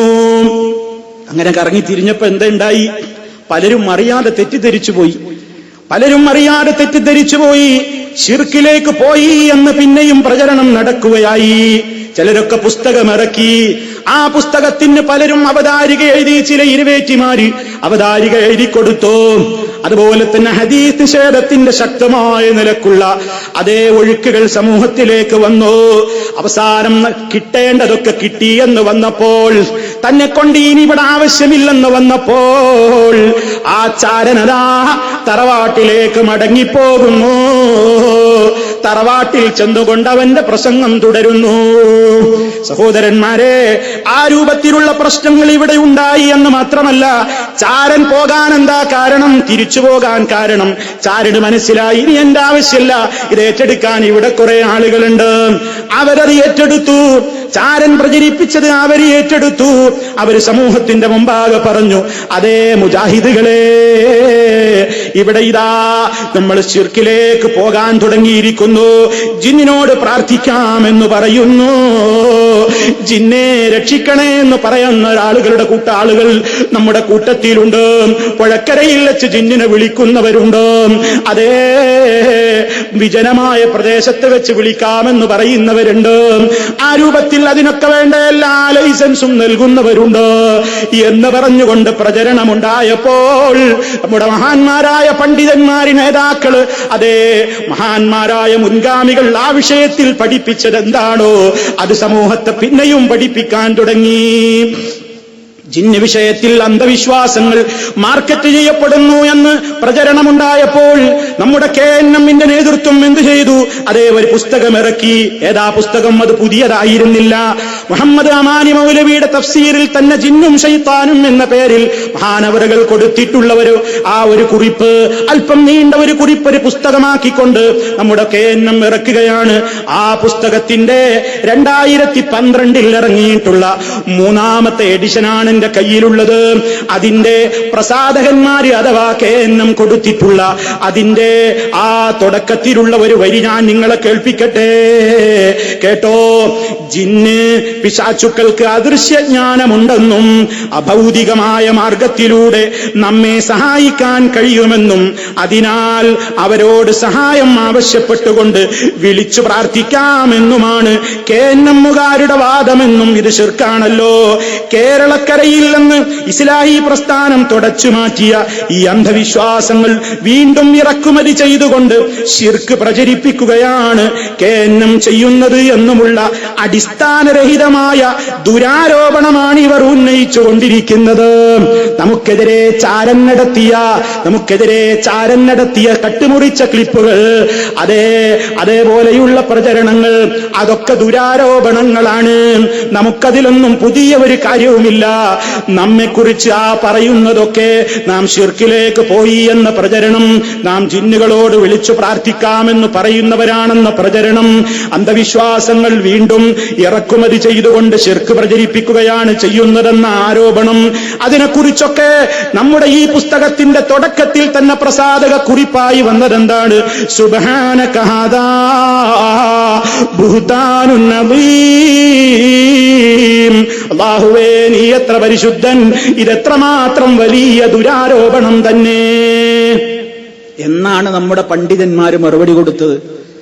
ഇതിൽ മാത്രല്ല KJU-വിന്റെ പേരിൽ ഇറക്കപ്പെട്ടിട്ടുള്ള ജിന്ന്, സിഹിർ, ജിന്ന്, പിശാച്ച്, അതുപോലെ തന്നെ റുഖിയ ശർഇയ്യ എന്ന പേരിലുള്ള പുസ്തകത്തിലും നമ്മുടെ പേരിൽ അതാ ചിലർ ആരോപണം ഉന്നയിക്കുന്നു. ലാ ഇലാഹ ഇല്ലല്ലാഹ് പറയുന്ന മുജാഹിദുകൾ ജിന്നുകളോട് വിളിച്ചു പ്രാർത്ഥിക്കാമെന്ന് പറയുന്നു എന്നും അതും ആരോപണം തന്നെ. കൂട്ടത്തിൽ ആരും അത് ചെയ്യുന്നവരില്ല എന്ന് ആ പുസ്തകത്തിലൂടെയും പ്രതിരോധിച്ചു. അങ്ങനെ അതാ സർവ്വനിലക്കും പ്രതിരോധങ്ങൾ നടത്തിക്കഴിഞ്ഞ് സമൂഹത്തിന്റെ മുമ്പിലതാ അടക്കി നിർത്തിക്കഴിഞ്ഞ സമയത്തും പിന്നെയും അതാ പഴയ വീഞ്ഞ് പുതിയ കുപ്പിയിൽ ലാബിളും ഒട്ടിച്ചുകൊണ്ട് അതേ സമൂഹത്തിലേക്ക് ഇറക്കിക്കൊണ്ട് ശിർക്ക് ചെയ്യുന്നു. അതേ ശിർക്കിലേക്ക് കൊണ്ടുപോകുന്നു, വിളിച്ചു പ്രാർത്ഥിക്കുന്നു എന്നുള്ള പ്രചരണങ്ങൾ കൊടുമ്പിരിക്കൊണ്ടുകൊണ്ട് അതേ പലരുടെയും പേരില്ലത് അടിച്ചേൽപ്പിച്ചുകൊണ്ട്, പലരെയും താഴ്വാരംഗത്ത് നിന്ന് മാറ്റി നിർത്തിക്കൊണ്ട്, പലരുടെയും പേരിൽ പല രൂപത്തിലുള്ള കുറ്റപത്രങ്ങളും തയ്യാറാക്കിക്കൊണ്ട് അതേ സമൂഹത്തിൽ ഇങ്ങനെ അഭിപ്രായ വ്യത്യാസങ്ങൾ ഇങ്ങനെ രണ്ടു കൂട്ടരും പറയാൻ തുടങ്ങി. ഒരു കൂട്ടർ ഈ ശിർക്കുണ്ടെന്ന് പറഞ്ഞു, ഒരു കൂട്ടർ ശിർക്കില്ലെന്ന് പറഞ്ഞു. അങ്ങനെ അതാ സമൂഹത്തിന്റെ ഇടയിലേക്ക് അത് വല്ലാത്തൊരു ചർച്ചയായി കൊണ്ട് സമൂഹത്തിൽ തെരുവുകളിൽ വെച്ച് പരസ്പരം അങ്ങോട്ടും ഇങ്ങോട്ടും ഇതിങ്ങനെ ചർച്ച ചെയ്യപ്പെടുന്ന ഒരവസ്ഥ വന്നു.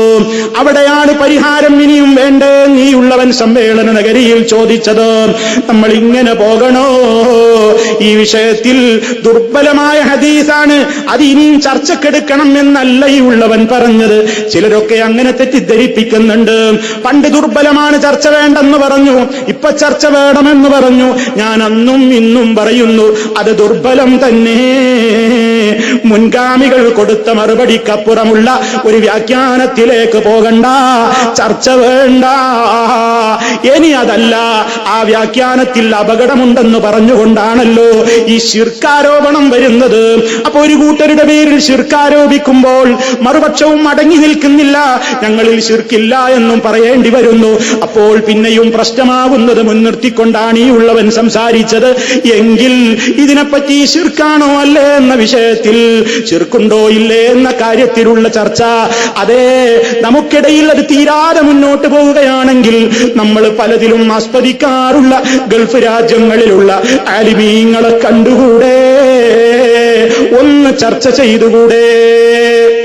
ഇതാണ് ഈ ഉള്ളവൻ ചോദിച്ചത്. ഇപ്പോഴും അതാണ് ആവർത്തിക്കാനുള്ളത്. അപ്പൊ സഹോദരന്മാരെ, ആ നിലക്ക് തെറ്റിദ്ധാരണകൾ നമ്മൾ മാറ്റിയിട്ട് എന്ത് വേണം നാം തെറ്റിദ്ധാരണകളിൽ അകപ്പെടാതെ ശിർക്കിനെതിരെയുള്ള നമ്മുടെ പോരാട്ടം, ഇപ്പോഴും അതാ എനിക്ക് പറയാനുള്ളത്. ശിർക്കിനെതിരെയുള്ള നമ്മുടെ പോരാട്ടം, ബിദ്അത്തുകൾക്കെതിരെയുള്ള നമ്മുടെ പോരാട്ടം ഭിന്ന സ്വരങ്ങളില്ലാതെ നാം മുന്നേറിക്കൊണ്ടിരിക്കണം. കാരണം എന്താ? നമുക്ക് ചുറ്റുപാടുകളിലും ശിർക്കും ബിദ്അത്തുകളും അതാ തഴച്ച് വളർന്നുകൊണ്ടിരിക്കുകയാണ്, ബിദ്അത്തുകൾ പെരുകിക്കൊണ്ടിരിക്കുകയാണ്. നാം ഇങ്ങനെ പരസ്പരം ചേരിതിരിഞ്ഞ് സമയം കളയേണ്ടവരല്ല. അതേ, ശരിക്കും നിലവിലുള്ള യാഥാർത്ഥ്യമുള്ള ശിർക്കിനെതിരെ, ബിദ്അത്തുകൾക്കെതിരെ ഒരേ സ്വരത്തിൽ നമ്മൾ യുദ്ധം ചെയ്യേണ്ടതുണ്ട്. പ്രമാണങ്ങളുടെ വെളിച്ചത്തിൽ പോരാടേണ്ടതുണ്ട്. ഒക്കൂ നിങ്ങൾ, ഷഹാദത്ത് കലിമയുടെ അർത്ഥം തന്നെയും ആശയം തന്നെയും അട്ടിമറിക്കപ്പെട്ട നിലക്കല്ലേ ഇന്ന് നമ്മുടെ കേരളക്കരയിലുള്ളത്. ഇന്നും അത് നിലനിൽക്കുന്നു. അഷ്ഹദു അല്ലാ ഇലാഹ ഇല്ലല്ലാഹു വ അഷ്ഹദു അന്ന മുഹമ്മദർ റസൂലുള്ളാഹ്. ഈ ആശയത്തെ അമ്പിയാക്കൾ അതേ നമുക്ക് പകർന്നു തന്നിട്ടുള്ള ഈ ആശയത്തെ, സ്വഹാബത്ത് നമുക്ക് പകർന്നു തന്നിട്ടുള്ള ഈ ആശയത്തിൽ അതാ സ്വന്തം വ്യാഖ്യാനങ്ങൾ ചമച്ചുകൊണ്ട് ശിർക്കിലേക്ക് സമൂഹത്തെ നയിക്കുന്നു, ഖബറുകൾ കെട്ടി ഉയർത്തുന്നു, അതേ പ്രാർത്ഥനകൾ റബ്ബിലേക്കല്ലാതെ ഉയരുന്നു. ഈ ശക്തമായ നിലക്കുള്ള ഈ ശിർക്കിന്റെ പ്രചരണം ഈ മണ്ണിൽ നടക്കുമ്പോൾ ഇല്ലാത്ത ഒരു യാഥാർത്ഥ്യമല്ലാത്ത സാങ്കല്പികമായ ശിർക്കിന്റെ പേരിൽ ചേരിതിരിയാതെ, പ്രിയമുള്ളവരെ, നമുക്കൊന്നിച്ചുകൊണ്ട് അതേ ഒരുമയോടെ സ്നേഹത്തോടെ ഈ ശിർക്കുകൾക്കെതിരെ, ബിദ്അത്തുകൾക്കെതിരെ ശബ്ദമുയർത്തേണ്ടതില്ലേ? കാരണം എന്താ? അല്ലാഹുവിന്റെ മഹത്വമാർന്ന ഗുണങ്ങളിലാണ് മഹാത്മാക്കളെയും പങ്കു ചേർക്കുന്നത്. പടച്ച റബ്ബിനെ പോലെ കാണുന്നവരുണ്ടെന്ന് പറയുന്നു, പടച്ച റബ്ബിനെ പോലെ കേൾക്കുന്നവരുണ്ടെന്ന് പറയുന്നു, അല്ലാഹനെ പോലെ അറിവുള്ളവരുണ്ടെന്ന് പറയുന്നു, അല്ലാഹനെ പോലെ അറ്റമില്ലാത്ത അറിവും കഴിവുമുള്ളവരുമുണ്ടെന്ന് പറയുന്നു. അങ്ങനെ സമൂഹത്തിൽ എവിടെ നിന്ന് ആര് എപ്പോൾ എന്ത് കാര്യത്തിന് വിളിച്ചാലും അതൊക്കെയും വേർതിരിച്ച് ഒരായിരം ആവശ്യത്തിന് 1000 സ്ഥലത്ത് വെച്ച് 1000 സമയങ്ങളിൽ 1000 ഭാഷകളിൽ തങ്ങളുടെ ലക്ഷ്യങ്ങൾ നേടാൻ വേണ്ടി വിളിച്ചു തേടുമ്പോൾ അല്ലാഹു റബ്ബുൽ ആലമീൻ അതൊരു വിഷയമല്ല. അവന് അടുക്കേ അകലെ എന്ന പ്രശ്നമില്ല, അവന് ദൂരെ അടുത്ത് എന്ന പ്രശ്നമില്ല, അവന് രാത്രി പകൽ എന്ന പ്രശ്നമില്ല, അവന് ഭാഷയുടെ പ്രശ്നമില്ല, അവന് ചോദിക്കപ്പെടുന്ന വിഷയത്തിലും പ്രശ്നമില്ല. അവൻ എല്ലാത്തിനും ഖദീർ തന്നെ, എല്ലാം സമീർ തന്നെ, എല്ലാം ബസീർ തന്നെ, എല്ലാം അലീം തന്നെ. ആ വിശ്വാസത്തിന് വിരുദ്ധമായി കൊണ്ട് പടച്ച റബ്ബിനോട് ചോദിക്കും പോലെ മഹാത്മാക്കളോടും ചോദിക്കാമെന്ന് പഠിപ്പിക്കുന്നു. അങ്ങനെ പലരെയും വിളിച്ചു തേടാണ്. പലരെയും വിളിച്ചുകൊണ്ട് തേടുകയാണ്. അതല്ലേ മഹാനായ ശൈഖ് മുഹയ്യിദ്ദീൻ അബ്ദുൽ ഖാദിർ ജീലാനിയോടും തേടുന്നത്.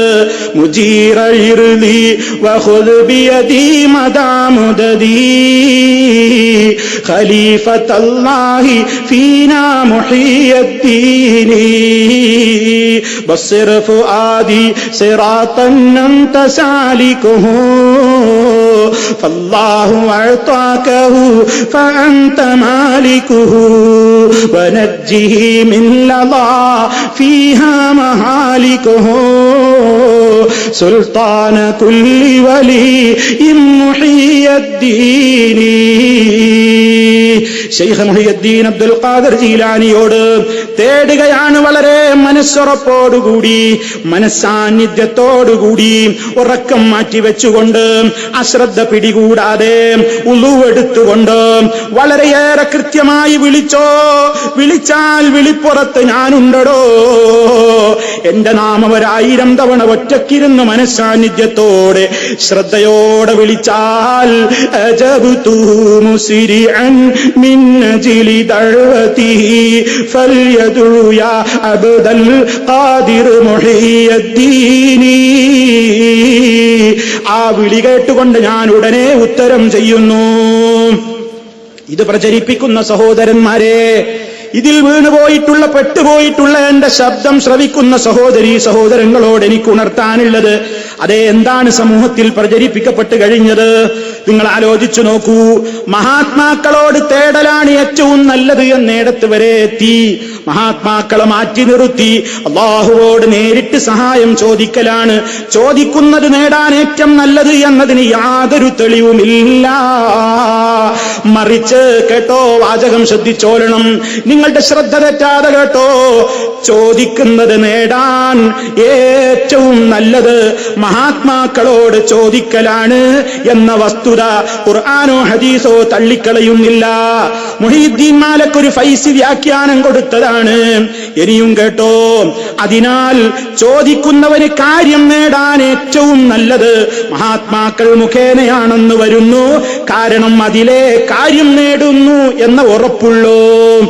ഉത്തരം കിട്ടും എന്ന ഉറപ്പ് നമ്മൾ നേരിട്ട് ചോദിച്ചാലില്ല. അത് മഹാത്മാക്കൾ മുഖേന ചോദിച്ചാലേ കിട്ടൂ എന്ന് കൃത്യമായി തന്നെ എഴുതി വെച്ചു.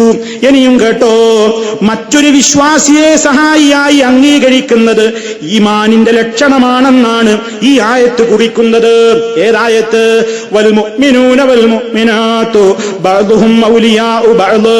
സത്യവിശ്വാസികളും വിശ്വാസിനികളും പരസ്പരം അവരെ മിത്രങ്ങളാണ് എന്ന ആയത്ത് കൊടുത്തിട്ട് ഫൈസി വ്യാഖ്യാനിക്കുകയാണ്. മറ്റൊരു വിശ്വാസിയെ സഹായിയായി അംഗീകരിക്കുന്നത് ഈമാനിന്റെ ലക്ഷണമാണെന്നാണ് ഈ ആയത്ത് കുറിക്കുന്നത്. അങ്ങനെയാണെങ്കിൽ അത് അംഗീകരിക്കാതിരിക്കൽ കുഫറിന്റെ ലക്ഷണമായി കാണാൻ പ്രയാസമില്ല. ഇന്നാ ലില്ലാഹി വ ഇന്നാ ഇലൈഹി റാജിഊൻ. എന്താ ഈ പറഞ്ഞത്? മഹാത്മാക്കളെ വിളിച്ചുകൊണ്ട് സഹായം തേടാത്തവൻ, അതേ അവനിൽ കുഫറിന്റെ ലക്ഷണം തന്നെ, ഈമാനില്ല. ഫൈസി അത് പച്ച മലയാളത്തിൽ എഴുതിവിട്ടു. മാത്രമല്ല അല്ലാഹുവോട് മാത്രം സഹായം ചോദിക്കലല്ലേ ഏറ്റവും നല്ലത് എന്ന ചോദ്യം അസ്ഥാനത്തും അപകടവുമാണ്. ഫൈസി എഴുതുകയാണ്, മറിച്ച് ആരെല്ലാം നമ്മുടെ സഹായികളായി അല്ലാഹു അംഗീകരിച്ചോ അവരെയെല്ലാം സഹായികളാക്കുന്നതാണ് ഏറ്റവും നല്ലത്. മാത്രമല്ല ഇതുകൊണ്ട് യഥാർത്ഥ വിശ്വാസിയാണെന്ന് തെളിയൂ. അപ്പൊ യഥാർത്ഥ മുഅ്മിനാകണോ? റബ്ബിനോട് നേരിട്ട് ചോദിക്കലല്ല, മഹത്തുക്കളോട് ചോദിച്ചോ. അതല്ലേ നമ്മുടെ നാട്ടിലൊക്കെ പ്രചാരത്തില്ലതാ. അവര് സമൂഹത്തോട് പറഞ്ഞത്, മമ്പുറത്തെ തങ്ങളെ വിളിച്ചോ, ഇടങ്ങേറ് വരുമ്പോ വിളിച്ചോ, മമ്പുറത്തെ എന്ന് വിളിച്ചോ. നിങ്ങൾക്ക് അതാ ഏതു പ്രയാസത്തിലും തങ്ങള് രക്ഷക്കെത്തും എന്ന് സമൂഹത്തിന്റെ മുമ്പാകെ പറഞ്ഞു പ്രചരിപ്പിച്ചു കൊണ്ടിരിക്കുന്നവരെ കാലഘട്ടം തീർന്നില്ലല്ലോ. ആയത്ത് വരെ തെളിവാക്കുകയാണ്. പരിശുദ്ധ ഖുർആനിൽ പോലും ഉണ്ടത്രേ. എന്താണ് ഖുർആനിൽ അല്ലാഹ് പറയുന്നത്? വഇദാ സഅലക ഇബാദി അന്നി ഫഇന്നി ഖരീബ്. എന്റെ അടിമകൾ എന്നെ പറ്റി താങ്കളോട് ചോദിച്ചാൽ തീർച്ചയായും ഞാൻ അടുത്തവനാണ്. എന്നോട് പ്രാർത്ഥിച്ചാൽ പ്രാർത്ഥിച്ചവന്റെ പ്രാർത്ഥനയ്ക്ക് ഞാൻ ഉത്തരം നൽകും. എന്നിട്ട് ഈ ഫൈസി ഈ ഫൈസി എന്ത് ചെയ്യാണ്? ഇത് കണ്ടോ, അൽ Mubarak book house തങ്ങൾസ് road Tirur, ഇവിടെ നിന്ന് പ്രസിദ്ധീകരിച്ചതിൽ നിന്നാ ഞാൻ വായിക്കുന്നത്. അതെ, അതിന്റെ അവസാനം ഇയാൾ കൊടുക്കുന്നു, ഈ ആയത്ത് തന്നെ പറയുന്നത് അള്ളാഹുവുമായി അടുക്കാൻ പ്രവാചകനെയാണ് ആദ്യം സമീപിക്കേണ്ടതെന്നാണ്. നമ്മിൽ പലരും ഇത് ചിന്തിക്കാറില്ല. കണ്ടോ, അള്ളാഹുവുമായിട്ട് അടുക്കണമെങ്കിൽ പ്രവാചകനെ ആദ്യം സമീപിക്കണം. ഒരർത്ഥത്തിൽ അത് ശരിയാണ്, ദ്വയാർത്ഥമുള്ള വാചകമാണ്. പക്ഷേ മുസ്ലിയാർക്ക് ദുരുദ്ദേശമാണ്. നബി സല്ലല്ലാഹു അലൈഹി വസല്ലം പഠിപ്പിച്ച ദീനിലൂടെ അല്ലാതെ നമുക്ക് അള്ളാഹുവിലേക്ക് അടുക്കാൻ കഴിയില്ല. അത് ശരി തന്നെയാണ്. പക്ഷേ മുസ്ലിയാർ ഉദ്ധരിച്ച കുതന്ത്രം വേറെയാണ്. റസൂലുള്ളാഹിനോട് തേടിയാലല്ലാതെ അള്ളാഹുവിങ്കലേക്ക് എത്താനാവില്ല എന്ന് പറയാനാണ് ഇയാൾ ഈ വാചകം തിരികെ കയറ്റിയത്. കേട്ടോ,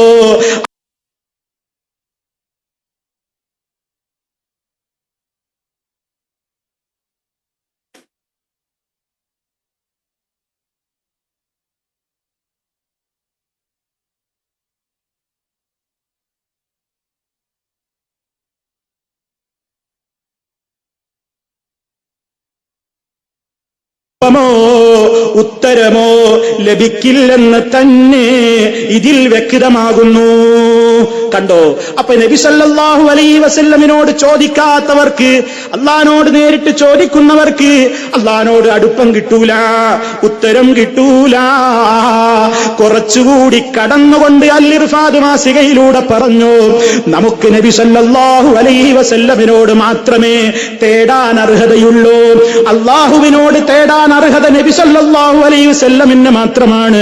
അതുകൊണ്ട് മുഴുവൻ വിളികളും വിളിച്ചോ യാ റസൂലല്ലാഹ് യാ അക്റമൽ ഖൽഖി മാലി മൻ നലൂദു ബിഹി സിവാക ഇൻദ ഹുലൂലിൽ ഹദീസിൽ അമീമി. നബി സല്ലല്ലാഹു അലൈഹി വസല്ലമിനെ വിളിച്ചോളാൻ അതേ 10,000 വിളിച്ചു കൂട്ടിയ സ്വലാത്ത് നഗറുകളിൽ വെച്ച് ഓ തങ്ങളെ എന്ന് വിളിച്ചുകൊണ്ട് പൊട്ടിക്കരഞ്ഞുകൊണ്ട് മനസ്സ് പൊട്ടിക്കൊണ്ട് ആമീൻ ചൊല്ലുന്ന ജനങ്ങളുടെ മുമ്പിൽ വെച്ച് ഈ രൂപത്തിൽ പ്രാർത്ഥിക്കാൻ. അതുകൊണ്ടും തീർന്നില്ലല്ലോ. നബി സല്ലല്ലാഹു അലൈഹി വസല്ലമിന്റെ പേരിൽ അതേ മുമ്പൊരു സഖാഫി ഒരു പുസ്തകം എഴുതിയപ്പോൾ വലൗ അന്നഹും യളമു അൻഫുസഹും എന്ന ആയത്തിന് നബിയോടും പ്രാർത്ഥിച്ചാൽ എന്ന അർത്ഥം കൊടുത്തപ്പോൾ മുജാഹിദ് കേരളം അവരെ ഇരുത്തേണ്ടിടത്ത് ഇരുത്തിയിട്ടുണ്ട്. ആ ദുർവ്യാഖ്യാനം ആളത്തിൽ ഒളിച്ചിട്ടുണ്ട്. പക്ഷേ താത്തൂർ ശുഹദാക്കൾ എന്ന പേരിൽ താത്തൂർ ജുമാ മസ്ജിദുകാർ പ്രസിദ്ധീകരിച്ചു താത്തൂർ ശുഹദാക്കളുടെ മദ്ഹ് പറഞ്ഞുകൊണ്ടുള്ള പുസ്തകത്തിൽ അതാ വീണ്ടും അത് എഴുതി വെച്ചു. ശ്രദ്ധിച്ചോ മുസ്ലിമേ, അല്ലാഹുവിന്റെ ആയത്തുകൾക്കെതിരെയുള്ള ക്രൂരമായ കയ്യേറ്റം. കേട്ടോ നിങ്ങൾ ആ വാചകം. ഖുർആൻ പറയുന്നു, സ്വശരീരങ്ങളോട് അക്രമം കാണിച്ചവർ നിശ്ചയം അവർ തങ്ങളെ സമീപിച്ച് അല്ലാഹുവിനോടും റസൂലിനോടും പൊറുക്കൽ തേടിയാൽ തൗബ സ്വീകരിക്കുന്നവൻ ും കരുണ കാണിക്കുന്നവരായും അല്ലാഹുവിനെ അവർ എത്തിക്കും. ഇന്നാ ലില്ലാഹി വ ഇന്നാ ഇലൈഹി റാജിഊൻ. ഇതിലേറെ അപകടം ഇനി എന്ത് വേണം? റസൂലുള്ളാഹിന്റെ അടുക്കൽ ചെന്നുകൊണ്ട് അല്ലാഹുവിനോട് തേടണം എന്ന് പറഞ്ഞതിന് ബദലായിക്കൊണ്ട് അല്ലാഹുവിനോടും റസൂലിനോടും പൊറുക്കൽ തേടിയാൽ എന്ന് അർത്ഥം മാറ്റുന്നു.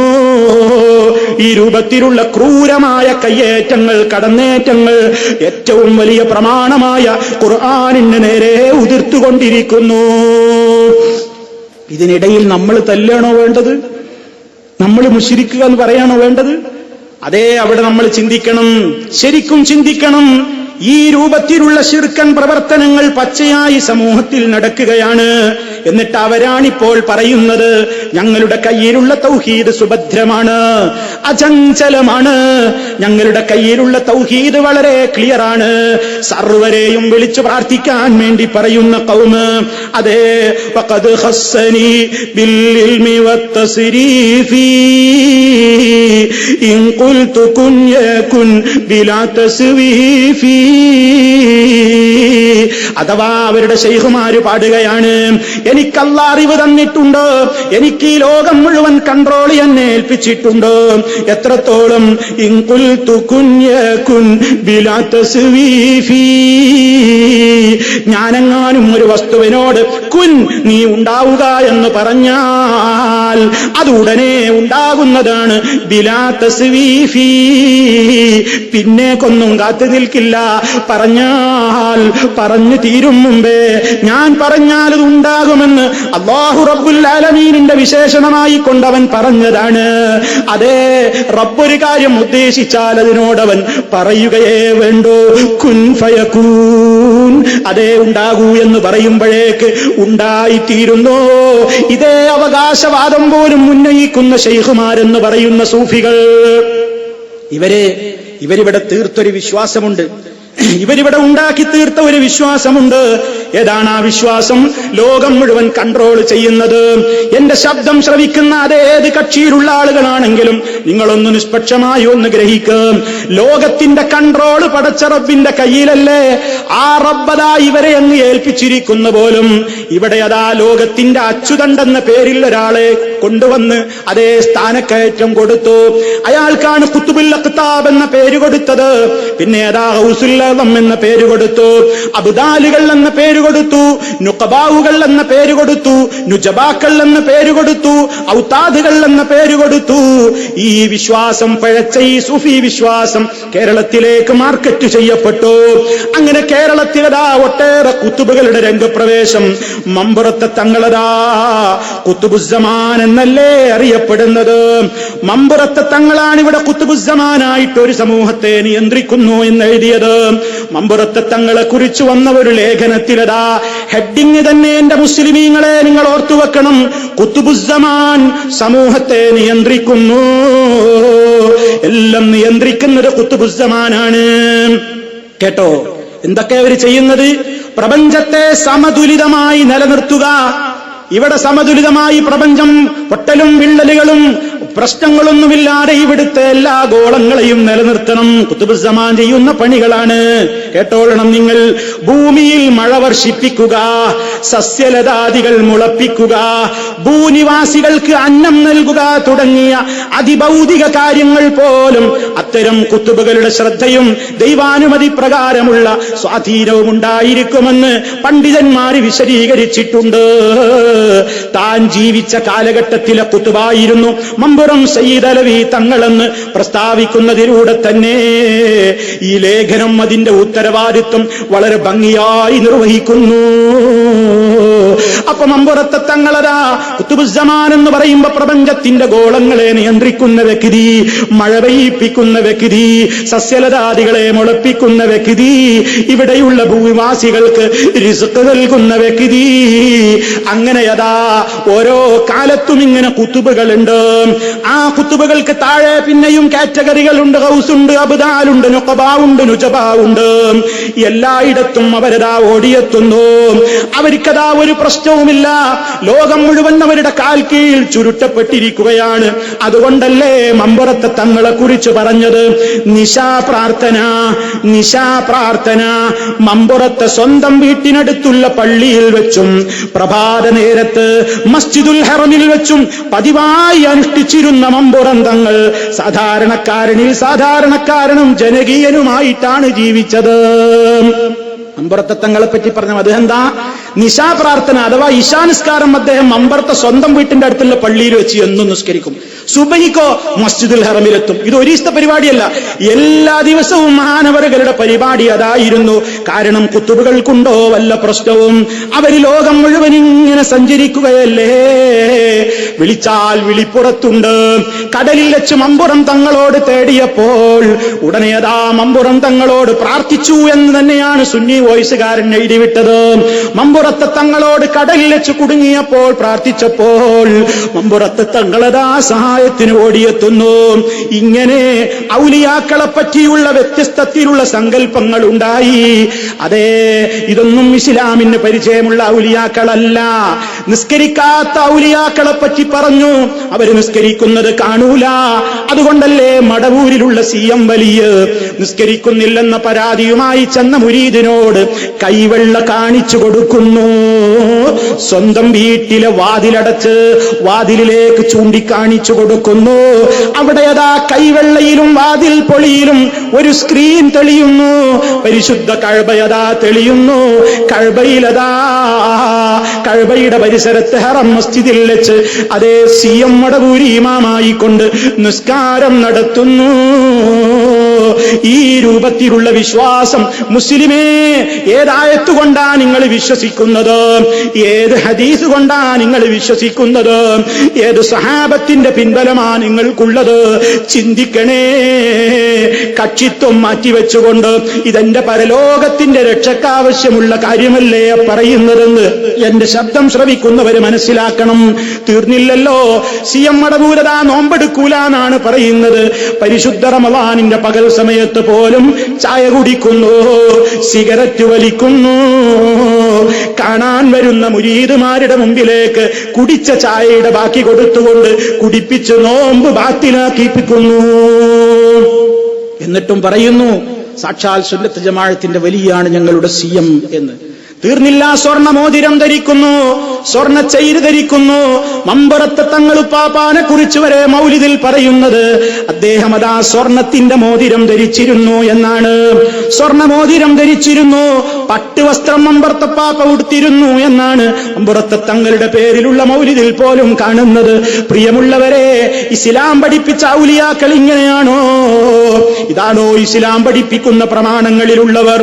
തീർന്നില്ലല്ലോ. ഇവർക്കൊന്നും ഒരൊറ്റ ശരീരമല്ല, 300-400 ശരീരങ്ങളിൽ പ്രത്യക്ഷപ്പെടുന്നു. മക്കത്തുമുണ്ട്, മുക്കത്തുമുണ്ട്, പാലക്കാടുമുണ്ട്, കോഴിക്കോടുമുണ്ട്, കണ്ണൂരുമുണ്ട്, പഴയങ്ങാടിയിലുമുണ്ട്, തിരൂരുമുണ്ട്. ഓരോ സ്ഥലത്തും ഇവർ തന്നെയുണ്ട്. കാരണം ധാരാളം ശരീരങ്ങളാണ്, ഒരുപാട് ശരീരങ്ങളാണ്. മഹാനായ നബി സല്ലല്ലാഹു അലൈഹി വസല്ലം ഒരൊറ്റ ശരീരമേ അവിടുത്തേക്കുണ്ടായിരുന്നുള്ളൂ.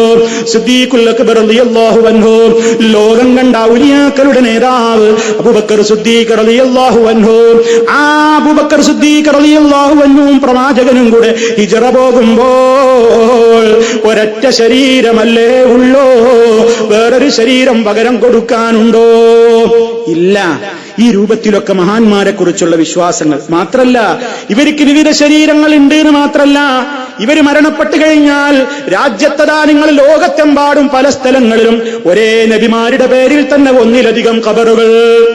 അയ്യൂബ് നബിയുടെ പേരിൽ പലയിടത്തും ഖബറ്, ഹൂദ് നബിയുടെ പേരിൽ പലയിടത്തും ഖബറ്, അതേ മൂസ നബിയുടെ പേരിൽ പലയിടത്തും ഖബറ്, ശുഐബ് നബിയുടെ പേരിൽ പലയിടത്തും ഖബറ്, ഔലിയാക്കളുടെ പേരിൽ പലയിടത്തും ഖബറ്. അതേ ഈ തിരൂരിലുമില്ലേ ഒരു ചരിത്രം, പുതിയങ്ങാടിയിൽ യാഹൂ തങ്ങളുടെ പേരിൽ 2 ജാറങ്ങൾ. എങ്ങനെ ഇത് രണ്ടിലും ആളുണ്ടോ? എങ്ങനെ ഇത് രണ്ടും കൂടെ ശരിയാവും? അതിനൊക്കെയും ഫത്വ റെഡിയല്ലേ? എന്താ കാരണം? മഹത്തുക്കളായ ആളുകളൊക്കെ മരണപ്പെട്ടു കഴിഞ്ഞാൽ അതേ ആഴിക്കടലിലുള്ള മത്സ്യങ്ങൾ ഊളിയിട്ട് പോകുമ്പോലെ അവർക്കിങ്ങനെ എല്ലാ ഖബറുകളിലേക്കും ഉദ്ദേശിക്കുന്നിടത്തൊക്കെ സഞ്ചരിക്കുവാനുള്ള സ്വാതന്ത്ര്യം നൽകപ്പെടുന്നു. അതുകൊണ്ട് ഇന്നൊരിടത്താണെങ്കിൽ നാളെ മറ്റൊരിടത്താണ്. അതുകൊണ്ട് ഏത് ഖബറിൽ പോയാലും അവിടെയൊക്കെ അവരുണ്ടാകും എന്ന് പറഞ്ഞുകൊണ്ടുള്ള അന്ധവിശ്വാസങ്ങൾ പ്രിയപ്പെട്ട മുസ്ലിമേ, ഇതാര് പഠിപ്പിച്ചതാണ്? എവിടെ നിന്ന് കിട്ടിയ സംസ്കാരമാണ്? എവിടെ നിന്ന് പഠിപ്പിക്കപ്പെട്ട തത്വമാണ്? സമൂഹത്തോട് നിങ്ങൾ മറുപടി പറയേണ്ടതുണ്ട്. തീർന്നില്ലല്ലോ. ഇവർ പഠിപ്പിക്കുന്ന ഔലിയാക്കന്മാരതാ മലക്കുൽ മൗത്തിനെ സർവീസിൽ നിന്ന് പിരിച്ചുവിടുന്നു, പിരിച്ചുവിടും എന്ന ഭീഷണിപ്പെടുത്തുന്നു. ഒരൗലിയ റോട്ടിലൂടെ നടന്നു പോകുമ്പോൾ 19 കുട്ടികൾ പിന്നാലെ കൂടിയിട്ട് എന്തോ പരിഹസിച്ചു പോലും. ആ നേരത്തെ ഔലിയ എന്ന് പറയുന്ന വിദ്വാൻ മലക്കുൽ മൗത്തിനെ വിളിച്ചുകൊണ്ട് പറയുന്ന പോലും അദ്ദേഹത്തിന്റെ ഭാഷയിൽ, യാ അസ്റായീൽ, ഓ അസ്റായീലേ, ഈ 50 കുട്ടികൾ എന്നെ കളിയാക്കുന്നുണ്ട്, ഒരെണ്ണത്തെ വിടാതെ 50 എണ്ണത്തിന്റെയും റൂഹ് ഇപ്പൊ പിടിച്ചോളണം, ഇല്ലെങ്കിൽ മലക്കുകളുടെ ഡ്യൂട്ടിയിൽ നിന്ന്, ആ പട്ടികയിൽ നിന്ന് നിന്നെ ഞാൻ ഡിസ്മിസ് ചെയ്യുന്നതാണ് എന്ന് പറഞ്ഞു മലക്കുൽ മൗത്തിനെ ഭീഷണിപ്പെടുത്തി. എന്ന് മാത്രമല്ല, ഉടനെ തന്നെ ഇത് കേട്ട് പേടിച്ചുകൊണ്ട് അനുസരിച്ചുകൊണ്ട് അതേ മലക്കെന്തു ചെയ്യുന്നു? 50 കുട്ടികളുടെയും റൂഹ് പിടിക്കുന്നു. അതേ ഫാസ്ബഹു മൗതാജ്മഈൻ, അവരെല്ലാവരും മരിച്ചു വീഴുന്നു. ഇതെന്ത് ഇസ്ലാമാ? ഇതെന്ത് ഔലിയാക്കളാ? ഇതെന്ത് പ്രമാണങ്ങളിലുള്ളതാ? ഇതാര് പഠിപ്പിച്ചതാ? പ്രിയമുള്ളവരെ, ഇതൊന്നും ഞാൻ ആരുടെയും പേരിൽ ആരോപിക്കുകയല്ല. എന്റെ സമയക്കുറവ് കൊണ്ട് അതേ പ്രമാണങ്ങളിൽ നിന്ന്, അവരുടെ പുസ്തകങ്ങളിൽ നിന്ന് വായിക്കാൻ നേരമില്ലാത്തത് കൊണ്ടാണ്. ഇതൊന്നും നിഷേധിക്കാൻ ഇന്ന് വരെ ഒരുത്തർക്കും സാധിച്ചിട്ടില്ല. തീർന്നില്ലല്ലോ, മുൻകർ നകീറിനെ വരെ പേടിപ്പിച്ചയക്കാൻ കഴിവുള്ള ഔലിയാക്കന്മാര്. ചോദ്യത്തിന് വേണ്ടി ഖബറിൽ മലക്കുകൾ വരുമ്പോൾ ആ ചോദ്യത്തിന് ഉത്തരം പറയാനാകാതെ വിഷമിച്ച നേരത്ത് അടിക്കാൻ ദണ്ടോങ്ങിയപ്പോൾ ആ വടി തട്ടി തെറിപ്പിച്ചു കൊണ്ടുപോകുന്നു. അതുപോലെ തന്നെ എന്റെ മുരീദിനോട് ഇനി മേലാൽ ചോദ്യം ചെയ്യാൻ പോകരുതെന്ന കരാറ് വാങ്ങുന്നു. അതേ, നീ എന്നെ ചോദ്യം ചെയ്യാൻ വന്നിരിക്കുകയാണോ എന്ന് ഖബറിൽ കിടക്കുന്ന വ്യക്തി കണ്ണുരുട്ടി പേടിപ്പിച്ച് തിരിച്ചയക്കുന്നു.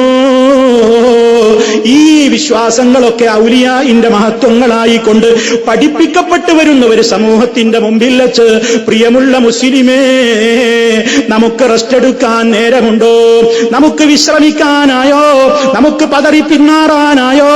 ഇല്ല, ഇല്ല. ആദർശ രംഗത്തുള്ള ഈ കുത്തൊഴുക്ക് ശക്തമായി തന്നെ നമ്മൾ മുന്നേറേണ്ടതുണ്ട്. ഇത്തരം വിശ്വാസങ്ങൾ ഈ സമൂഹത്തിൽ പ്രചരിപ്പിക്കുന്ന ആളുകൾ, അവരതാ ഹറമിൽ പോയാൽ പോലും അവിടുത്തെ ഇമാമുകളെ തുടരാത്ത കാലമാണിത്. നിങ്ങൾ മനസ്സിലാക്കണം, കാര്യം ചില്ലറയല്ല.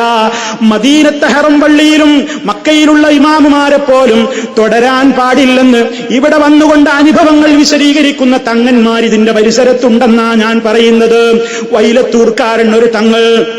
വൈലത്തൂർക്കാരൻ ഒരു തങ്ങളതാ, അയാളതാ അവരുടെ ക്ലാസ് റൂമിൽ വെച്ച് കുട്ടികളോട്, ജനങ്ങളോട് പ്രസംഗിക്കുമ്പോൾ അയാൾ പറയുന്നു, അയാൾ മദീനത്തെ പള്ളിയിൽ ഒരിക്കൽ ജുമാക്ക് പോയി പോലും. അങ്ങനെ മസ്ജിദുൻ നബവിയിൽ ജുമാക്ക് ചെന്നപ്പോൾ അവിടെ ഖുതുബ തുടങ്ങിയിരിക്കുന്നു. അന്ന് ഖുതുബ നിർവഹിക്കുന്ന അവിടുത്തെ ഇമാമതാ ശൈഖുൽ ഇസ്ലാം ഇബ്നു തൈമിയ്യ റഹിമഹുല്ലാഹ്, ഇബ്നുൽ ഖയ്യിം റഹിമഹുല്ലാഹ്, മുഹമ്മദ് ഇബ്നു അബ്ദുൽ വഹാബ്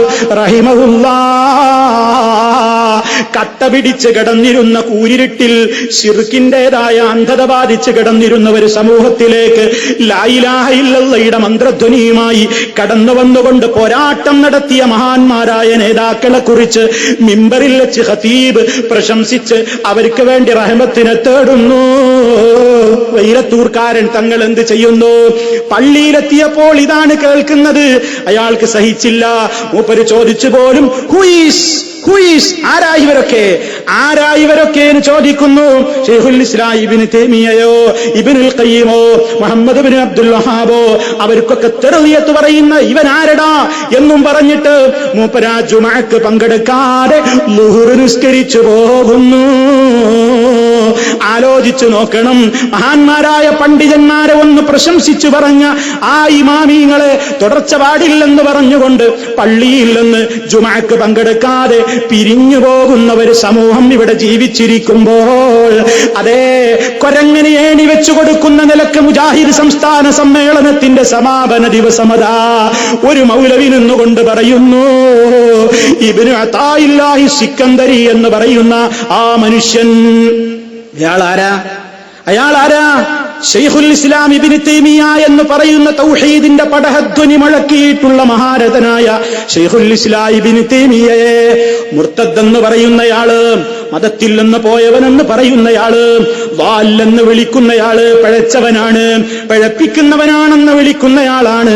അതേ ഇബ്നു അതാഇല്ലാഹി സിക്കന്ദരിയുടെ പള്ളിയിലേക്ക് ശൈഖുൽ ഇസ്ലാം ഇബ്നു തൈമിയ്യ പോകുന്നു, മഗ്രിബ് നിസ്കരിക്കുന്നു. അയാളുടെ പിന്നിൽ തന്നെ തുടർന്ന് നിസ്കരിക്കുന്നു. നിസ്കാരശേഷം ഇയാളെ വന്ന് കെട്ടിപ്പിടിക്കുന്നു, പരസ്പരം പുകഴ്ത്തുന്നു, പല ചർച്ചകളും നടക്കുന്നു. എന്തിനാ സമ്മേളനത്തിൽ അത് പറഞ്ഞത്? എതിരാളി എത്ര ശക്തനാണെങ്കിലും, എത്ര വലിയ അഭിപ്രായ വ്യത്യാസമുള്ള എതിരാളിയാണെങ്കിലും അതേ സൗമ്യമായി വർത്തിക്കണം, നല്ല നിലക്ക് പെരുമാറണം, നല്ല നിലക്ക് ഗുണകാംക്ഷ കാണിക്കണം, നസീഹത്ത് മനസ്ഥിതി വേണം. ഒരിക്കലും ചീത്ത പറയല്ല, ഒരിക്കലും എതിര് പറയല്ല, ഒരിക്കലും ഭത്സിക്കല്ല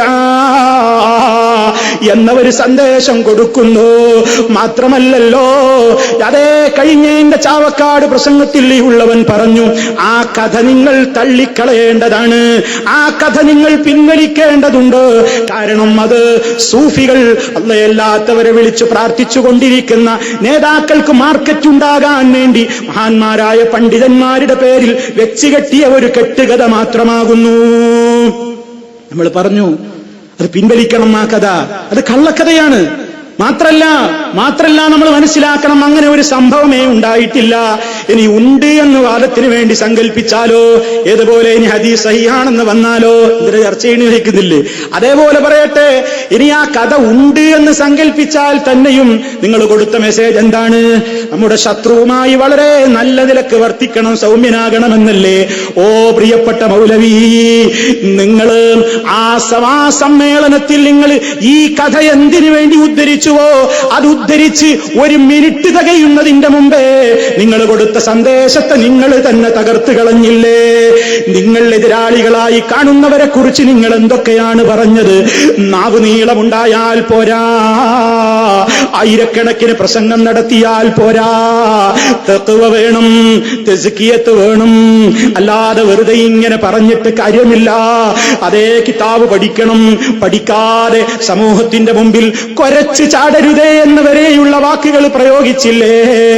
അതേ ശൈഖുൽ ഇസ്ലാം ഇബ്നു തൈമിയയോട് ഇബ്നു അതാഇല്ലാഹി സിക്കന്ദരി, അല്ലെങ്കിൽ അദ്ദേഹം അങ്ങോട്ട് ആ സമീപനങ്ങളൊക്കെ നല്ല നിലക്ക് ഇത്രയും കാണിച്ചു എന്ന് പറയുന്ന നിങ്ങളുടെ പ്രസംഗത്തിലെങ്കിലും നിങ്ങളെങ്കിലും, ഇനി പുറത്ത് വെച്ച് വേണ്ട, അവിടെ വെച്ചെങ്കിലും അതൊന്ന് മാനിക്കാൻ നിങ്ങൾ കൊണ്ടുവന്ന് കെട്ടിപ്പൊക്കിയ കള്ളക്കഥയുടെ സന്ദേശമൊന്ന് നിങ്ങളെങ്കിലും ഒന്ന് മാനിക്കാൻ തയ്യാറായോ മൗലവി?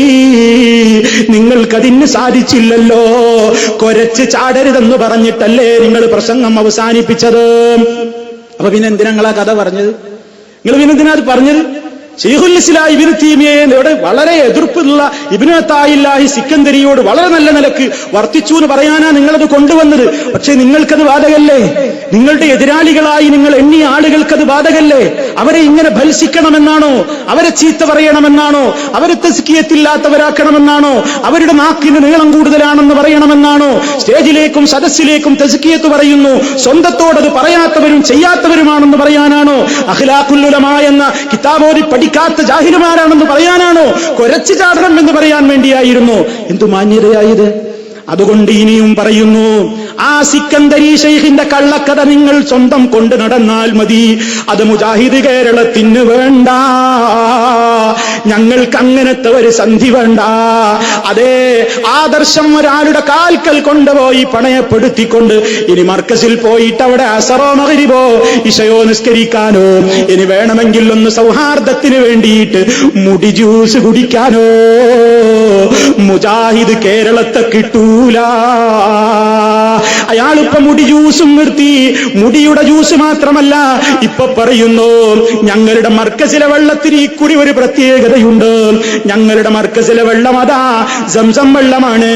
സംസം വെള്ളത്തിൽ ഞങ്ങൾ ആ മുടിയൊന്നിട്ട് ഇളക്കും, എന്നിട്ടത് വലിയ ചെമ്പിലേക്ക് ഒഴിക്കും. ആ വലിയ ചെമ്പിലേക്ക് ഞങ്ങൾ ഇക്കുറി പുതിയ ഒരു ചേരുവ കൂടി ജ്യൂസിൽ ചേർക്കുന്നുണ്ട്. അതേ എന്താണെന്നറിയാമോ? മദീനത്തെ മണ്ണ് കൂടി ചേർക്കുന്നു. മദീനത്തെ മണ്ണുകൂടി ചേർക്കുന്ന മുടിമൺ ജ്യൂസാണ് ഇക്കുറി വിതരണം. കുടിച്ചോ, സൗഹാർദ്ദം പറയുന്നവരെ പോയി നിസ്കരിച്ചോ, തുടർന്നോ, കുടിച്ചോ. പക്ഷേ മുജാഹിദുകളെ, നിങ്ങൾ തയ്യാറുണ്ടോ ആ വെള്ളം കുടിക്കാൻ, അവിടെ പോയി തുടരാൻ, അവിടെ പോയി ആദർശം പണയപ്പെടുത്താൻ? മുജാഹിദുകളെ, നിങ്ങൾ തയ്യാറുണ്ടോ? ഇല്ല, ഒരൊറ്റ മുജാഹിദിനെയും അതിന് കിട്ടൂല. അതുകൊണ്ട് സിക്കന്ദരി ശൈഖിന്റെ കള്ളക്കഥ പറഞ്ഞിട്ടുണ്ടെങ്കിൽ നിങ്ങളത് ഒന്നുകിൽ അത് തെളിയിക്കണം, അതല്ലെങ്കിൽ നിങ്ങളൊരു സമൂഹത്തിൽ നിന്ന് പിൻവലിക്കേണ്ടതുണ്ട്. ആദർശപരമായി ആശയപരമായി നിങ്ങൾ നൽകിയ ഒരു ദുഷിച്ച സന്ദേശം അതിലുണ്ട് എന്നതുകൊണ്ടാണ് ഈ കാര്യത്തെപ്പറ്റി ഗൗരവമായിട്ട് ഉണർത്താൻ പറയാനുള്ളത്. നിങ്ങൾ മനസ്സിലാക്കണം, അതേ മഹാനായ നബി സല്ലല്ലാഹു അലൈഹി വസല്ലം അവിടുന്ന് പഠിപ്പിച്ചു തന്നതാണ് ദീന്. അവിടുന്ന് നമ്മോട് കൽപ്പിച്ചതാണ് ആചാരങ്ങൾ. അവിടുന്ന് പഠിപ്പിച്ചു തരാത്ത ആചാരങ്ങൾ അത് അവിടുത്തോടുള്ള സ്നേഹവും മഹബത്തും അഭിനയിച്ചുകൊണ്ടാണെങ്കിലും നമുക്ക് വേണ്ട. റബീഉൽ അവ്വൽ മാസം വന്നപ്പോൾ അതേ പലയിടത്തു നിന്നും ശബ്ദം, മുമ്പില്ലാത്ത നിലക്കുള്ള പല ആചാരങ്ങളും കടന്നു വരുന്നു. പല സ്ഥലങ്ങളിലും അതാ ഇന്ന് മുമ്പില്ലാത്ത കാഴ്ചകൾ കാണുന്നു. വഴിയോരങ്ങളിലുള്ള പള്ളികൾ മുഴുവനും അതാ വൈവിധ്യമാർന്ന കളറിലുള്ള ലൈറ്റുകൾ കൊണ്ട് ഈ കൊല്ലം അലങ്കരിച്ച് കാണുന്നു. പുതിയ പരിപാടികളാണ്. അതുപോലെ തന്നെ ഇഷ്കേ നബി വരുന്നു, ഈദ് മീലാദ് വരുന്നു. പല രൂപത്തിലുള്ള ആഘോഷങ്ങളും സമൂഹത്തിലേക്ക് കടന്നു വരികയാണ്. എന്തേ ഈ ആചാരം? സല്ലല്ലാഹു അലൈഹി വസല്ലമിനെ സ്നേഹിക്കാത്തത് കൊണ്ടാണോ നമ്മളത് വേണ്ടെന്ന് പറയുന്നത്?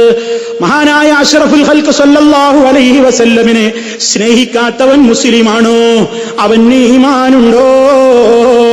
അതെ, ഈ പറയുന്ന സമ്പ്രദായങ്ങളൊക്കെ എന്ന് കടന്നുകൂടി സല്ലല്ലാഹു അലൈഹി വസല്ലമിനെ കണ്ണു നിറയെ കണ്ടവർ, അവിടുത്തെ ശബ്ദം കേട്ടുകൊണ്ട് കാതുകൾക്ക് അനുഗ്രഹം കിട്ടിയവർ, അവിടുത്തെ മജ്ലിസിൽ പങ്കെടുത്തുകൊണ്ട് അല്ലാഹുവിന്റെ റസൂലിനെ ഇനി ഞങ്ങൾ എങ്ങനെ കാണും? മരിച്ചാ ഞങ്ങൾക്ക് കാണാനാവില്ലല്ലോ, അവിടുന്ന് അത്യുന്നതമായ സ്വർഗത്തിലല്ലേ എന്നും പറഞ്ഞ് കരഞ്ഞു കഴിച്ചുകൂട്ടുന്ന സഹാബത്ത്. അതേ, ജീവനേക്കാൾ അവർ തങ്ങളെ സ്നേഹിച്ചു എന്ന് പറഞ്ഞാൽ അത് അക്ഷരാർത്ഥത്തിൽ ശരി തന്നെ. ഒരു നിലക്കും അവർ ആദർശത്തെ വിട്ടുകൊടുത്തിട്ടില്ല, അവിടുത്തെ ശരീരത്തെയും വിട്ടുകൊടുത്തിട്ടില്ല. അങ്ങനെ നബി സല്ലല്ലാഹു അലൈഹി വസല്ലമിനോടുള്ള മഹബത്ത്, സ്നേഹം ജീവിതത്തിന്റെ എ മുതൽ സെഡ് വരെ പ്രവർത്തിച്ച് മാതൃക കാണിച്ച് നബി സല്ലല്ലാഹു അലൈഹി വസല്ലമിനെ ഇത്തിബാഴ് ചെയ്തുകൊണ്ട് അല്ലാഹുവിന്റെ ഇഷ്ടം നേടിയ മഹാന്മാരായ ഉത്തമ തലമുറകൾ ജീവിച്ച കാലത്തൊന്നും തന്നെ ലാ അഅലമു ലിഹാദൽ മൗലിദി അസ്ലൻ ഫീ കിതാബിൻ വലാ സുന്നത്തിൻ വലാ യുൻഖലു അമലുഹു അൻ അഹദിൻ മിൻ ഉലമാഇൽ ഉമ്മത്തിൽ ലദീന ഹുമുൽ ഖുദ്വതു ഫിദ്ദീൻ അൽ മുതമസ്സികൂന ബിആസാരിൽ മുതഖദ്ദിമീൻ ബൽ ഹുവ ബിദ്അത്തുൻ അഹ്ദസഹൽ ബത്താലൂൻ വശഹവതു നഫ്സിൻ ഇഅ്തനാ ബിഹൽ അക്കാലൂൻ. മുൻഗാമികൾ അവരുടെ ഗ്രന്ഥങ്ങളിൽ എഴുതി വെച്ചില്ലേ, ഈ മൗലിദ് ജന്മദിനം എന്ന് പറയുന്ന ആഘോഷത്തിന് ഖുർആനിൽ ഞാനൊരു അടിസ്ഥാനം കാണുന്നില്ല. അത് ഉമർ മൗലവിയുടെ സെൽസബീലിലല്ല, അൽമനാറിലല്ല, മറ്റേതെങ്കിലും കേന്നും പ്രസിദ്ധീകരണങ്ങളിലല്ല. അതെ, അവര് തന്നെ അംഗീകരിക്കുന്ന മഹാനായ പണ്ഡിതൻ താജുദ്ദീനുൽ ഫാക്കിഹാനി, അതേ മാലിക്കി മദ്ഹബിലെ പ്രഗൽഭനായ പണ്ഡിതനാണ്, വളരെ മുൻഗാമിയാണ്. ആ വ്യക്തി പറയുകയാണ്, കിതാബിലോ സുന്നത്തിലോ ഞാൻ ഇതിനൊരു അടിസ്ഥാനവും കാണുന്നില്ല. ദീന് മുറുകെ പിടിച്ചുകൊണ്ട് ജീവിച്ചിരുന്ന മാതൃകായോഗ്യരായ ഈ ഉമ്മത്തിന് നേതൃത്വം കൊടുത്ത ഉലമാക്കളിൽ നിന്നും ഇത് ഉദ്ധരിക്കപ്പെട്ട് കാണുന്നില്ല. ബൽ ഹുവ ബിദ്അത്തുൻ, ഇതൊരു പുത്തൻ സമ്പ്രദായമാണ്, ഏതൊക്കെയോ ചില പ്രത്യേക താല്പര്യക്കാര് കൊണ്ടുവന്നതാണ്, തീറ്റിപ്രിയന്മാർ അതിന് വലിയ ശ്രദ്ധ കൊടുത്തതാണ് എന്നൊക്കെ മുൻഗാമികൾ തന്നെ എഴുതി വെക്കുന്നു. എന്തേ പ്രിയമുള്ളവരെ, കിതാബിൽ അസിലില്ല, സുന്നത്തിൽ അസിലില്ല, ഉത്തമ നൂറ്റാണ്ടുകാർക്കൊന്നും പരിചയമില്ലാത്ത ഒരു സംഗതി നബി സല്ലല്ലാഹു അലൈഹി വസല്ലം അവിടുത്തെ ജീവിതത്തിൽ കാണിച്ചു കൊടുത്തില്ല. നമ്മുടെ ഉമ്മമാര് ജീവിച്ചില്ലേ അവിടുത്തെ വഫാത്തിന്റെ ശേഷം? മഹദിയായ ഉമ്മ ആയിഷ റളിയല്ലാഹു അൻഹാ, അവിടുത്തെ മരണത്തിന്റെ ശേഷം 40 കൊല്ലം ജീവിച്ച നമ്മുടെ ഉമ്മയല്ലേ. അതെ, അവര് നബി സല്ലല്ലാഹു അലൈഹി വസല്ലമിനോട് മഹബത്തില്ലാത്തവരാണോ, സ്നേഹമില്ലാത്തവരാണോ? അല്ല. ഇനി നിങ്ങൾ നോക്കൂ, ആ കാലഘട്ടങ്ങളിലൊന്നും ഉണ്ടായില്ല. എന്നാലോ ഹിജറ 335 ജീവിച്ച് 374 മരണപ്പെട്ടു പോയ, ഈജിപ്തിൽ ജീവിച്ചു മരിച്ച ഒരു പണ്ഡിതനാണ് ഇബ്നു നബാത്തത്തുൽ മിസ്രി. എന്താ അദ്ദേഹത്തെ പറയാൻ കാരണം? അദ്ദേഹം അന്ന് നടത്തിയ ആ കാലഘട്ടങ്ങളിൽ അദ്ദേഹത്തിന്റെ പള്ളികളിൽ കാലിക പ്രസക്തിയുള്ള വിഷയങ്ങൾ ജനങ്ങളെ ഉത്ബുദ്ധരാക്കാൻ വേണ്ടി സാഹിത്യമായ പദപ്രയോഗങ്ങൾ കൊണ്ട് കോർത്തിണക്കിയ സാഹിത്യ സമ്പുഷ്ടമായ ഹുതുബകളുടെ സമാഹാരമാണ് ഇബ്നു നബാത്തത്തുൽ മിസ്രിയുടെ ഹുതുബകൾ. ആ ഹുതുബകളാണെന്ന് കേരളത്തിലെ സമസ്തക്കാരുടെ പള്ളികളിൽ ആഴ്ചതോറും തെറ്റാതെ വായിച്ചുകൊണ്ടിരിക്കുന്നത്. ആ ഏട് നോക്കിയിട്ടുള്ള നബാത്തി ഹുതുബ, ആ നബാത്തി ഹുതുബ ഞാൻ എന്തിനു പറയുന്നു പ്രിയമുള്ളവരെ? ഓരോ വിഷയങ്ങളും കാലിക പ്രസക്തിയുള്ള കാര്യങ്ങൾ ഓരോ ആഴ്ചയിലും ഖതീബ് ജനങ്ങളോട് പറയുമെന്നാണല്ലോ. അതേ, ഇബ്നു നബാത്തത്തുൽ മിസ്രി ജീവിച്ച കാലത്ത് റബീഉൽ അവ്വലിൽ ഇങ്ങനെ ഒരു ജന്മദിനാഘോഷം ആചരിക്കുന്ന സമ്പ്രദായം ഇല്ല.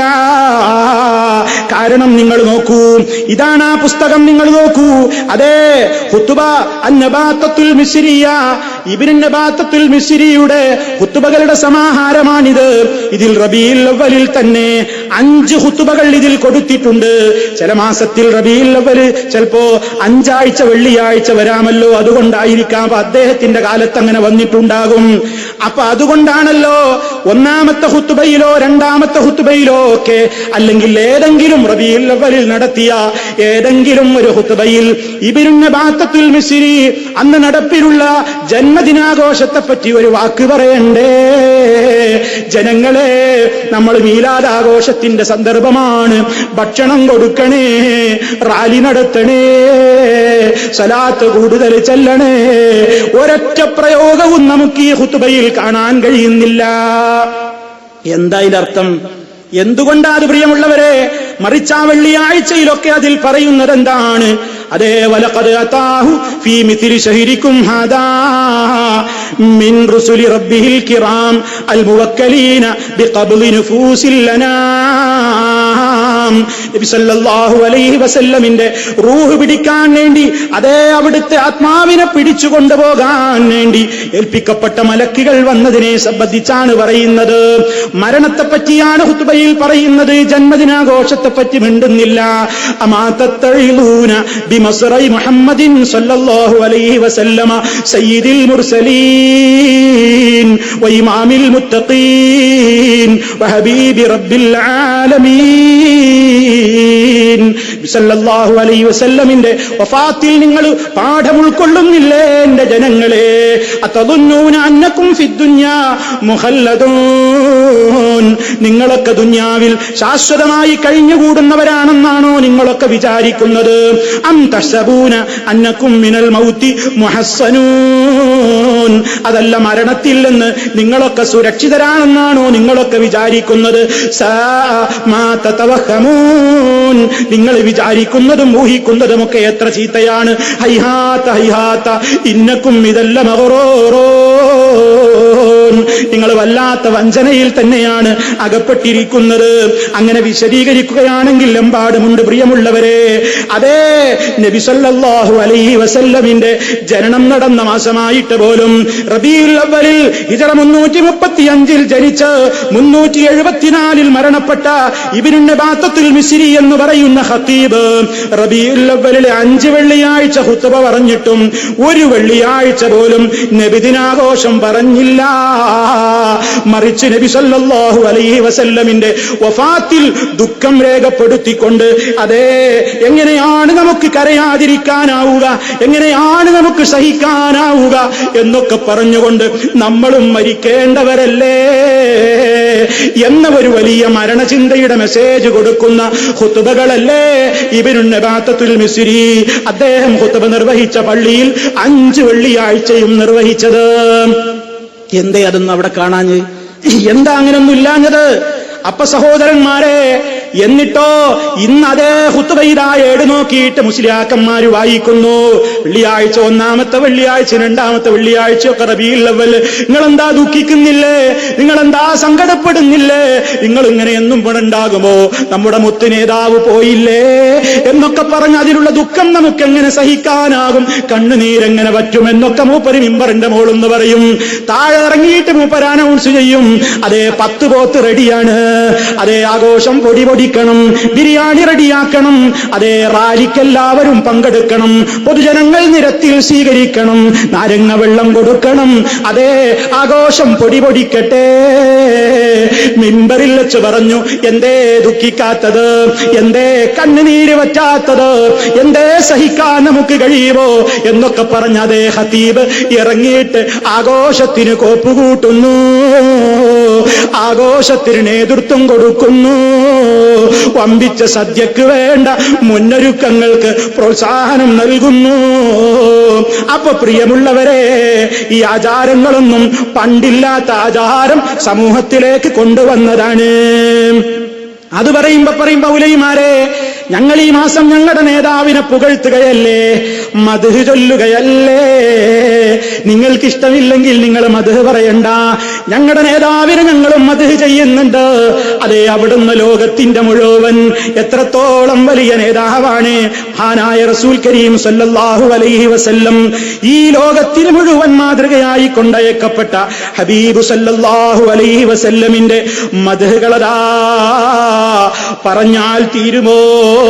വഅജ്മലു മിൻക ലം തറഖത്തു ഐനി വഅഫ്ളലു മിൻക ലം തലിദിൻ നിസാഉ ഖുലിഖത മുബറഅൻ മിൻ കുല്ലി ഐബി കഅന്നക ഖദ് ഖുലിഖത കമാ തശാഉ. നബി സല്ലല്ലാഹു അലൈഹി വസല്ലമിന്റെ മുഖത്ത് നോക്കിയിട്ട് അതേ സഹാബി പാടിയിട്ടില്ലേ, എത്ര സുന്ദരനാണ് അങ്ങെന്ന്, അവിടുന്ന് എത്ര നല്ല സുഗന്ധമുള്ള വ്യക്തിത്വമാണ്, അങ്ങയേക്കാൾ സുന്ദരനായ ഒരു മോനെയും ഒരു ഉമ്മയും പെറ്റിട്ടില്ല, അങ്ങയേക്കാൾ ശ്രേഷ്ഠനായ ഒരാളെയും ഈ കണ്ണുകൾ ഇന്നേ വരെ കണ്ടിട്ടില്ല. ഒരു പോരായ്മയുമില്ലാത്ത നിലക്ക് സൃഷ്ടിക്കപ്പെട്ട ആളാണ് അങ്ങെന്ന് നബി സല്ലല്ലാഹു അലൈഹി വസല്ലം. അതേ, ലോകം മുഴുവൻ വെറുത്താലും, ക്രൂരനാണെന്ന് ചിത്രീകരിച്ചാലും, അതേ സ്ത്രീലമ്പടനാണെന്ന് ശത്രുക്കൾ കാർട്ടൂൺ വരച്ചാലും, സിനിമ നിർമ്മിച്ച് നിന്ദിക്കാൻ ശ്രമിച്ചാലും ഹബീബിന്റെ പവർ ദിനേന ഉയരുന്നു. അത് അല്ലാഹു കൊടുത്ത പവറാണ്. അങ്ങയുടെ പ്രശസ്തിയും പേരും നാം ഉയർത്തി തന്നില്ലേ? അതേ, മഹാനായ നബി സല്ലല്ലാഹു അലൈഹി വസല്ലം എവിടെ വെച്ച് ആരൊക്കെ ബാങ്ക് വിളി നടത്തുന്നുവോ ആ ബാങ്ക് വിളി ലോകത്തിന്റെ ഏത് ഭാഗത്ത് നിന്ന് മുഴങ്ങിക്കേൾക്കുമ്പോഴും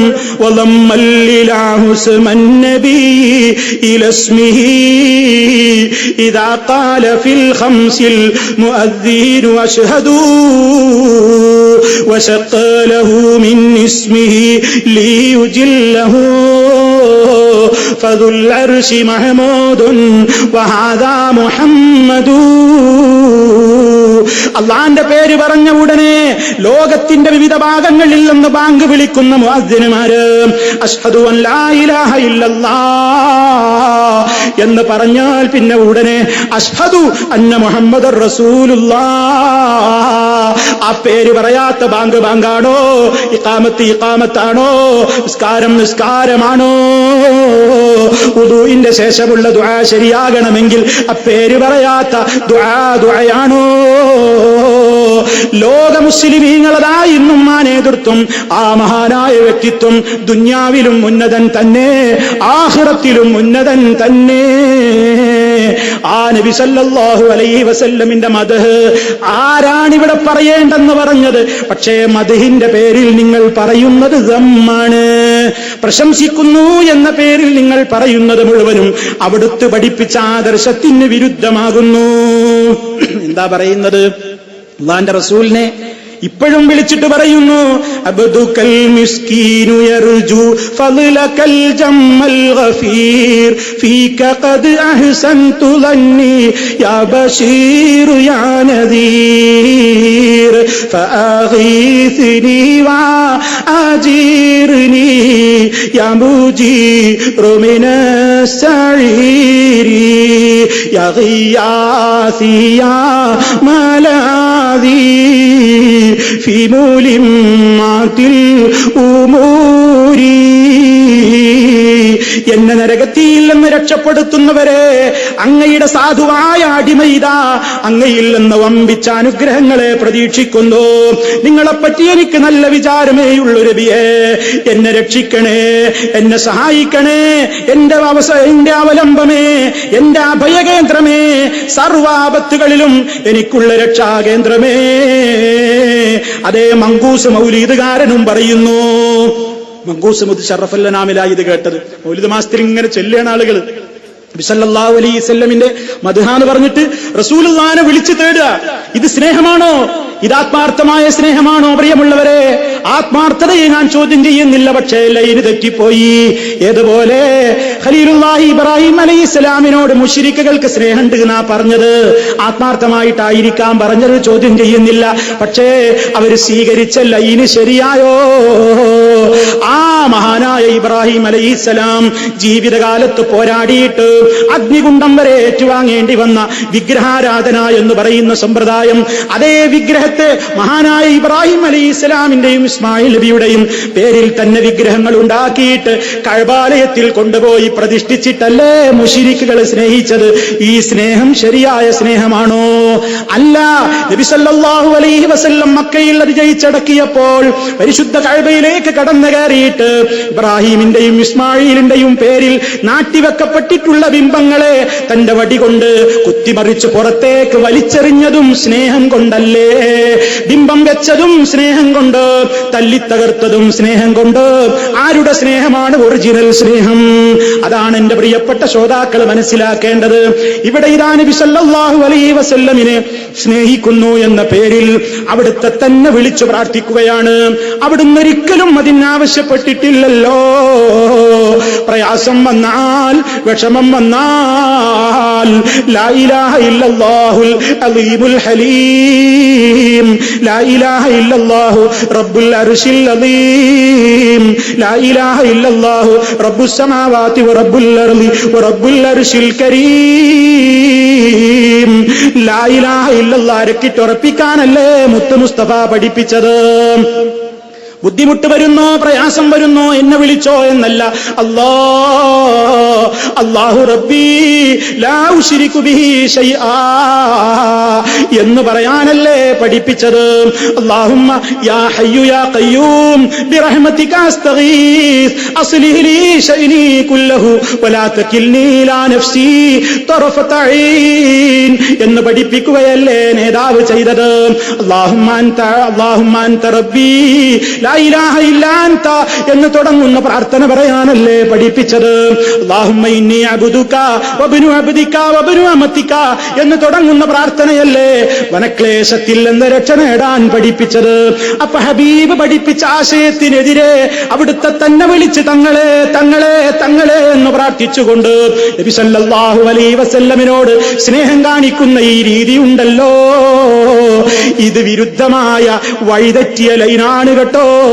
അതുകൊണ്ട് ഒറിജിനൽ സ്നേഹത്തിലേക്ക് മടങ്ങി വന്നോ. സല്ലല്ലാഹു അലൈഹി വസല്ലമിന്റെ പേരിൽ സ്നേഹമുണ്ടെന്ന് പഠിപ്പിക്കാൻ വേണ്ടിയതാ കള്ള ഉദ്ധരണികൾ ഈ സമൂഹത്തിലേക്ക് കൊണ്ടുവരികയാണ്.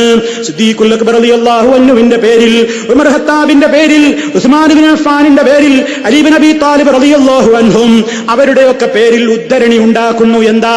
അവരൊക്കെ പറഞ്ഞു പോലും എനിക്ക് ഉഹദ് മലയോളം പൊന്നുണ്ടായിരുന്നുവെങ്കിൽ, സ്വർണമുണ്ടായിരുന്നുവെങ്കിൽ നബി തങ്ങളുടെ മൗലിദാഘോഷത്തിന് വേണ്ടി ഞാൻ അവ മുഴുവനും ചെലവഴിക്കുമായിരുന്നു. ഈ വിഭാഗമതാ അവരുടെ മാസികകളിൽ ഈ കള്ള ഉദ്ധരണികൾ കൊടുക്കുന്നു. മാത്രമല്ല ആ നാലാളുടെയും കഴിഞ്ഞാൽ പിന്നെ താബിഈങ്ങളിൽ പ്രസിദ്ധനായ ഹസനുൽ ബസരി റഹിമഹുല്ലയുടെ പേരിൽ എനിക്ക് ഉഹദ് മലയോളം സ്വർണം ഉണ്ടായിരുന്നെങ്കിൽ അത് മുഴുവനും തിരുനബി സല്ലല്ലാഹു അലൈഹി വസല്ലമയുടെ മൗലിദിന് ഞാൻ വിനിയോഗിക്കുമായിരുന്നു. കൊണ്ടുവരൂ സനദ്. മുടിക്ക് മാത്രമല്ല സനദ് വേണ്ടത്, എന്തിനും വേണം സനദ്. സിദ്ദീഖുൽ അക്ബർ റളിയല്ലാഹു അൻഹു പറഞ്ഞുവോ, ഖലീഫമാര് പറഞ്ഞുവോ, ഹസനുൽ ബസരി റഹിമഹുല്ല പറഞ്ഞുവോ, കൊണ്ടുവരൂ തെളിവുകൾ, സനദുദ്ധരിക്കൂ, അവരിലേക്ക് എത്തുന്ന സനദുദ്ധരിക്കൂ. റോഡിൽ ഫ്ലക്സ് ബോർഡുകളിലൂടെ SSF സന്ദേശമെന്ന് എഴുതിയിട്ട് ഈ ഇല്ലാത്ത ഉദ്ധരണി എഴുതി വെക്കുന്നതിലല്ല, അത് തെളിയിക്കുന്നതിലാണ് നിങ്ങൾ മിടുക്ക് കാണിക്കേണ്ടത്. അതല്ലാതെ കെട്ടുകഥകളും കള്ളക്കഥകളുമൊക്കെ സിക്കന്ദരി ശൈഖിന്റെയും ഇബ്നു തൈമിയയുടെയും പേരിൽ പറഞ്ഞതുപോലെ ആർക്കാ പറഞ്ഞുകൂടാത്തത്, ആർക്കാ എഴുതിക്കൂടാത്തത്? അതുകൊണ്ട് സനദ് കൊണ്ടുവരൂ. ഈ പറയുന്നതിനൊന്നും ഒരു സനദും കൊണ്ടുവരാൻ ഇന്ന് സാധ്യമല്ല. അതുകൊണ്ട് എന്റെ പ്രിയമുള്ളവരെ, എനിക്ക് പറയാനുള്ളത്, ഇങ്ങനെ ശിർക്കുകളും അനാചാരങ്ങളും ബിദ്അത്തുകളും ഒരു സമൂഹത്തിൽ ഇങ്ങനെ തിമർത്താടിക്കൊണ്ടിരിക്കുമ്പോൾ, ഇത്തരം സാഹചര്യത്തിൽ ഈ ശിർക്ക് ബിദ്അത്തുകൾക്കെതിരെ ശക്തമായി നമ്മൾ ഒന്നിച്ചു തന്നെ പോരാടേണ്ടതുണ്ട്. കാരണം എന്തെന്നല്ലേ, ജാറ വ്യവസായങ്ങൾ പൊടിപൊടിച്ചു കൊണ്ടിരിക്കുന്ന ഒരു കാലഘട്ടമാണ്. നിങ്ങൾ ആലോചിച്ചു നോക്കൂ, എന്തിനും തെളിവുദ്ധരിക്കുകയാണ്. ജാറം മൂടാൻ വരെ ഖുർആനിൽ തെളിവ്. നിങ്ങളൊന്ന് ആലോചിച്ചു നോക്കൂ, എന്താണ് മഹാന്മാരുടെ ജാറങ്ങളിൽ നടന്നുകൊണ്ടിരിക്കുന്നത്? ഖബർ സിയാറത്ത് എന്ന ഓമന പേരിട്ടുകൊണ്ട് ജാറങ്ങളിൽ നടക്കുന്ന സംഗതികൾ എന്താണ്? അതേ കൊട്ടും കുരവയും ആനയും അമ്പാരിയും എഴുന്നള്ളത്തും പട്ടണ പ്രദക്ഷിണവും താബൂത്ത് ചുറ്റലും പട്ടണം ചുറ്റലും. അതുപോലെ തന്നെ അതാ ഖബറുകൾ അതാ നന്നായി കെട്ടിപ്പൊക്കുന്നു, സിമന്റ് ഇടുന്നു, പെയിന്റ് അടിക്കുന്നു, ജാറം മൂടുന്നു, വിളക്ക് കൊളുത്തുന്നു, തടവുന്നു, മുത്തുന്നു, സുജൂദ് ചെയ്യുന്നു, അവരെ വിളിച്ചുകൊണ്ട് പൊട്ടിക്കരയുന്നു, സങ്കടത്തോടെ വിളിച്ചു പ്രാർത്ഥിക്കുന്നു. ഇതിനൊന്ത് ഇസ്ലാമിലെ തെളിവാണുള്ളത്?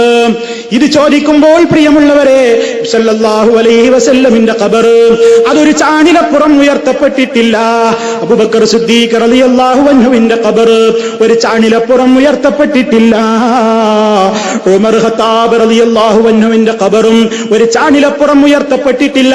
അതാണ് ഏറ്റവും ഉത്തമമായ രീതി എന്ന് മുസ്ലിയാക്കൾ പോലും അതേ പലയിടങ്ങളിലും വെച്ച് സമ്മതിച്ചു കഴിഞ്ഞ ഒരു യാഥാർത്ഥ്യമാണ്. നബി സല്ലല്ലാഹു അലൈഹി വസല്ലമിന്റെയും അതേ മറ്റ് രണ്ട് ഖലീഫമാരുടെയും ഖബർ ഉള്ള ഒരേ റൂമിൽ അത് കെട്ടിപ്പടുക്കപ്പെട്ടിട്ടില്ല എന്ന് കണ്ടവർ റിപ്പോർട്ട് ചെയ്തത് ചരിത്ര ഗ്രന്ഥങ്ങളിലില്ലേ?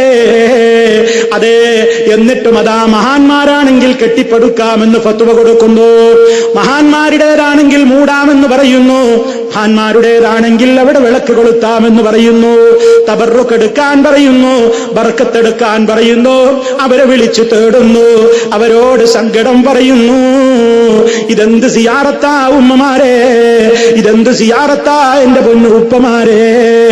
ഏത് ജാറങ്ങളിൽ പോയാലും നബി സല്ലല്ലാഹു അലൈഹി വസല്ലമിന് അങ്ങനെ ഒരു ജാറമുണ്ടാക്കുന്ന പരിപാടിയുണ്ടോ? ഇസ്ലാമിൽ ഒരാളുടെയും ഖബർ ഒരു ചാണിലപ്പുറം കെട്ടിപ്പടുക്കുന്ന പരിപാടിയില്ല, ജാറം കെട്ടുന്ന സമ്പ്രദായമില്ല. അതുകൊണ്ട് ഖബർ സിയാറത്ത് എന്ന് പറയുന്നത് പരലോക ചിന്തയുണ്ടാകുവാനും മരണചിന്തയുണ്ടാകുവാനും ഖബറിൽ കിടക്കുന്ന പരേതാത്മാവിന്റെ ശാന്തിക്ക് വേണ്ടി ദുആയിരക്കാനുമാണ് ഇസ്ലാം പഠിപ്പിച്ചത്. മറിച്ച് അവരോട് തേടാനുള്ള ഈ പോക്ക്, ആ ഖബർ മുത്തിമണക്കാനുള്ള പോക്ക്, അതിന്മേൽ നേർച്ചയർപ്പിക്കാനുള്ള പോക്ക്, അതിന്മേൽ തടകാനുള്ള പോക്ക്, അതിന്മേൽ നെറ്റിത്തടവും കവിളും വെക്കാനുള്ള പോക്ക്, അവിടേക്ക് നേർച്ച വഴിപാടുകൾ അർപ്പിക്കാനുള്ള പോക്ക് ഇസ്ലാമികമല്ല. അത് ഇസ്ലാമാണെന്ന് വരുത്തി തീർക്കാൻ ഇവിടെ ചിലർ ഖുർആനാണ് ദുർവ്യാഖ്യാനം ചെയ്യുന്നത്. കഷ്ടം തന്നെ. നിങ്ങൾ നോക്കൂ, അതാ പരിശുദ്ധ ഖുർആൻ ദുർവ്യാഖ്യാനിക്കുന്ന രൂപം. ഖബർ കെട്ടിപ്പടുക്കാനും ഖബറും പുറത്ത് ഖബറും ഒരു ജാറം മൂടാനുള്ള തെളിവെന്താ? പരിശുദ്ധ ഖുർആൻ പറഞ്ഞിട്ടുണ്ട് പോലും. ആയത്ത് കേട്ടിട്ട് ഞെട്ടണ്ട. ഇന്നമാ യഅ്മുറു മസാജിദല്ലാഹ് മൻ ആമന ബില്ലാഹി വൽ യൗമിൽ ആഖിർ എന്ന് തുടങ്ങുന്ന സൂറത്തു തൗബയിലെ 18-ാമത്തെ ആയത്ത് ഓതിയിട്ട് മുസ്ലിയാർ പറയുന്നു, അള്ളാഹുവിന്റെ പള്ളികൾ പരിപാലിക്കേണ്ടത് അള്ളാഹുവിലും അന്ത്യദിനത്തിലും വിശ്വസിക്കുകയും എന്നിങ്ങനെ ആയത്ത് പറയുന്നതിന്റെ മുമ്പ് അമ്പിയാക്കൾ, ഔലിയാക്കൾ തുടങ്ങിയ മഹാന്മാരെ ആദരിച്ച് അവരുടെ മഖ്ബറകൾ തുണി കൊണ്ട് മൂടുന്നതാണ് ജാറം മൂടൽ എന്നതിന്റെ വിവക്ഷ. അള്ളാഹു പറയുന്നു, ഇന്നമാ യഅ്മുറു മസാജിദല്ലാഹ്. എവിടെ ജാറം മൂടുന്നത്? തുണി മൂടുന്നത് ജാറത്തുമ്മേ. എന്തുമല്ല പരിപാലിക്കാൻ തെളിവ് കൊണ്ടുവരുന്നത്? അള്ളാന്റെ പള്ളി പരിപാലിക്കാൻ. എന്താണ് ഈ സമൂഹത്തിന് പറ്റിപ്പോയത്? അള്ളാന്റെ പള്ളി പരിപാലിക്കണം എന്ന് പറയുന്ന ആയത്ത് തെളിവ് ജാറം പരിപാലിക്കാൻ. എന്നാ പിന്നെ ഇനി അള്ളാന്റെ പള്ളിയിൽ സുജൂദ് നടത്തുന്ന അവിടെ സുജൂദ് നടത്തിക്കൊള്ളത് ചെയ്യുന്നുണ്ട്. ഇവിടെ കുറച്ച് പേടിയാ, തമിഴ്നാട്ടിൽ പോയ നിർബാധം. ഇവിടെയാകുമ്പോ അതൊരു പ്രശ്നമല്ല, ഇവിടെയാകുമ്പോ കുറച്ചൊരു പ്രയാസമുണ്ട്. സഹോദരന്മാരെ, എത്ര വലിയ അതിക്രമ ഖുർആന്റെ നേരെ ഈ കാണിക്കുന്നത്. ജാറം മൂടാനെന്ന ഈ ആയത്ത് പറയുന്നത്, അള്ളാന്റെ പള്ളികളെ കുറിച്ച് പറയുന്നത് നേരെ ജാറ പരിപാലനത്തിലേക്ക് ദുർവ്യാഖ്യാനിച്ച മുസ്ലിയാക്കന്മാർ. അവര് ജാറം മൂടാൻ മാത്രമല്ല ആയത്ത് തെളിവാക്കിയത്, ആനനെ കൊണ്ടുവരാനും ആയത്തിൽ തെളിവുണ്ടാക്കി. ആന എന്നെല്ലത്തില്ലേ, ഉര്യങ്ങാടിയിലുണ്ടാവും, പലയിടത്തുണ്ടാവും, ഇവിടെ തിരൂര് പരിസരത്തുണ്ടാവും, പല സ്ഥലങ്ങളിലുണ്ട് ആന, പലയിടത്തും വരുന്നുണ്ടല്ലേ ആന എഴുന്നള്ളത്ത്. അതിനിപ്പോ അതിനെന്താ കുഴപ്പമെന്ന് ഒരാൾ ചോദിച്ച്. കുഴപ്പമെന്ന് മാത്രമല്ല, ഖുർആനിൽ ആയത്തുണ്ട് എന്നാണ്. എന്താ ആയത്ത് കേട്ടോളി, ആനനെ എഴുന്നള്ളിക്കാൾ ആയത്ത് കേട്ടോളി. വലക്കും ഫീഹാ ജമാലുൻ ഹീന തുരീഹൂന വഹീന തസ്റഹൂൻ.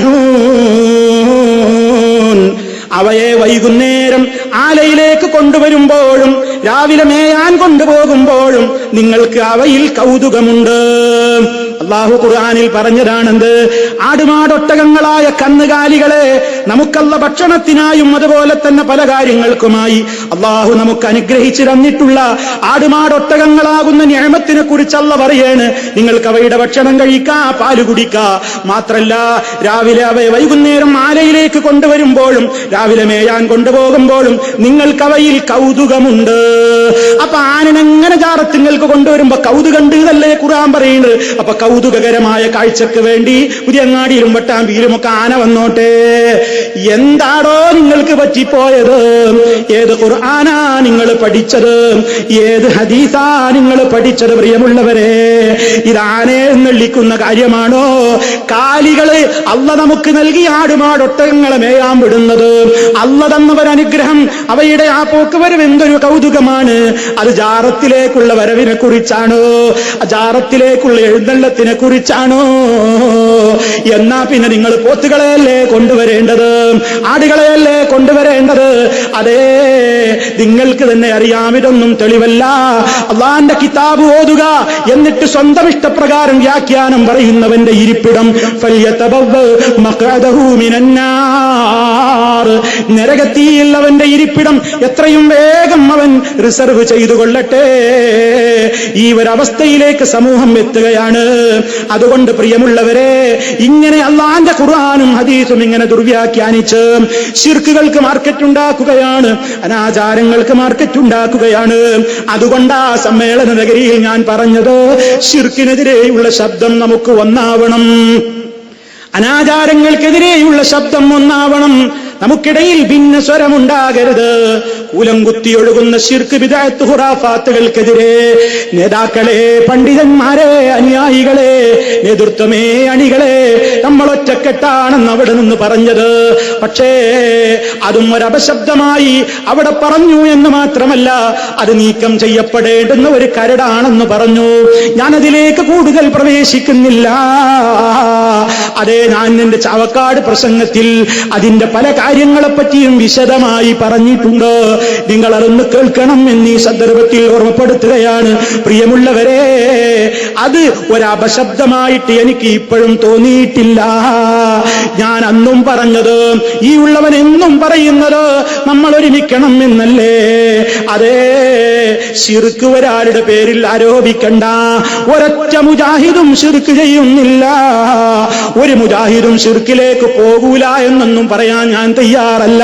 കാരണം ആരൊക്കെ അടുത്ത സെക്കൻഡിൽ എന്താകുമെന്ന് അള്ളാഹുവിനല്ലേ അറിയുകയുള്ളൂ. പക്ഷേ ഇപ്പോഴത്തെ ഒരു സാഹചര്യത്തിൽ ഒരു മുജാഹിദും അള്ളാഹു അല്ലാത്തവരോട് വിളിച്ചു പ്രാർത്ഥിക്കണം എന്ന് എഴുതിയിട്ടില്ല, പ്രസംഗിച്ചിട്ടില്ല. അതൊരാരോപണം മാത്രമാണെന്ന് KJU പുസ്തകത്തിൽ പറഞ്ഞതല്ലേ. അതേ, ജിന്ന് പിശാച് എന്ന മാനി മൗലവിയുടെ ആ അടിക്കുറിപ്പ്, അതല്ലെങ്കിൽ ആ പ്രത്യേകമായ വിവരണം പുസ്തക രൂപത്തിലാക്കിയപ്പോൾ സുബ്ഹാനക ഹാദാ ബുഹ്താനുൻ അദീം, ഇത് വമ്പിച്ച അപരാധമായ ആരോപണം തന്നെ എന്നല്ലേ നമ്മൾ 2012 പോലും പ്രസാദക കുറിപ്പായി കൊണ്ട് എഴുതി ചേർത്തത്. അതിൽ നമുക്ക് ഉറച്ചു നിന്നുകൂടെ? ഇതല്ലേ പ്രിയമുള്ളവരെ ഉള്ളവൻ പറഞ്ഞുള്ളൂ. പക്ഷേ അതിത്ര അപശബ്ദമായി തോന്നിയത് എന്തുകൊണ്ട് എന്ന് ഇപ്പോഴുള്ള കാര്യങ്ങളൊക്കെ മനസ്സിലാകുന്നു. സത്യമായും ഞാൻ വിചാരിച്ചത് അവിടെ അതൊരു കുഴപ്പത്തിന് കാരണമാകുമെന്നല്ല. ഞാനത് ആഗ്രഹിച്ചിട്ടില്ല. ഇപ്പോഴും എന്റെ പേരിൽ പലരും പറയുന്ന ഒരു ആരോപണമുണ്ട്. ഞാൻ അവിടെ ഒരുപാട് ആളുകളെ മുമ്പേ ഒരുക്കി തയ്യാറാക്കി നിർത്തി. അവർക്കൊക്കെയും ഞാൻ മെസ്സേജ് നൽകി. ഞാൻ പ്രസംഗിക്കുമ്പോ നിങ്ങൾ ജയ് വിളിക്കണം, തക്ബീർ വിളിക്കണം, സിന്ദാബാദ് വിളിക്കണം, അതേ സംഘട്ടനമുണ്ടാക്കണം. അങ്ങനെ സംഘട്ടനമുണ്ടാക്കി എന്റെ പ്രസംഗം എന്നാണ്. എന്റെ പ്രസംഗം കഴിഞ്ഞതിന്റെ ശേഷം അതാ ഞാൻ അവരുടെ കാല് പിടിച്ച് മാപ്പ് പറഞ്ഞു എന്ന് പ്രചരിപ്പിക്കുന്നു. തീർന്നില്ലല്ലോ, ഒരു 5 മിനിറ്റ് നിങ്ങൾ എനിക്ക് നാളെ അനുവദിച്ചു തന്നാൽ ഞാൻ പരസ്യമായി മാപ്പ് പറയാൻ തയ്യാറാണെന്ന് ഞാൻ അവരുടെ മുമ്പിൽ വെച്ച് എന്നെ അതാ മാനസികമായി നന്നായി പീഡിപ്പിക്കുന്ന വാക്കുകൾ പറഞ്ഞ് ഒരുമിച്ച് കൂടി അവരുടെ മുമ്പിൽ വെച്ച് ഞാൻ പറഞ്ഞു എന്നാണ്. മാപ്പ് ചോദിച്ചിട്ടാണ് ഞങ്ങൾ വിട്ടത് എന്നും, അതല്ലെങ്കിൽ അതാ പലരും പല രൂപത്തിലും കൈകാര്യം ചെയ്യാൻ റെഡിയായിട്ട് ആളുകൾ റെഡിയായിരുന്നു എന്നതൊക്കെ പറയുമ്പോൾ, പ്രിയമുള്ളവരെ, ഉണ്ടായതെന്താണെന്ന് നിങ്ങളും അറിയണ്ടേ.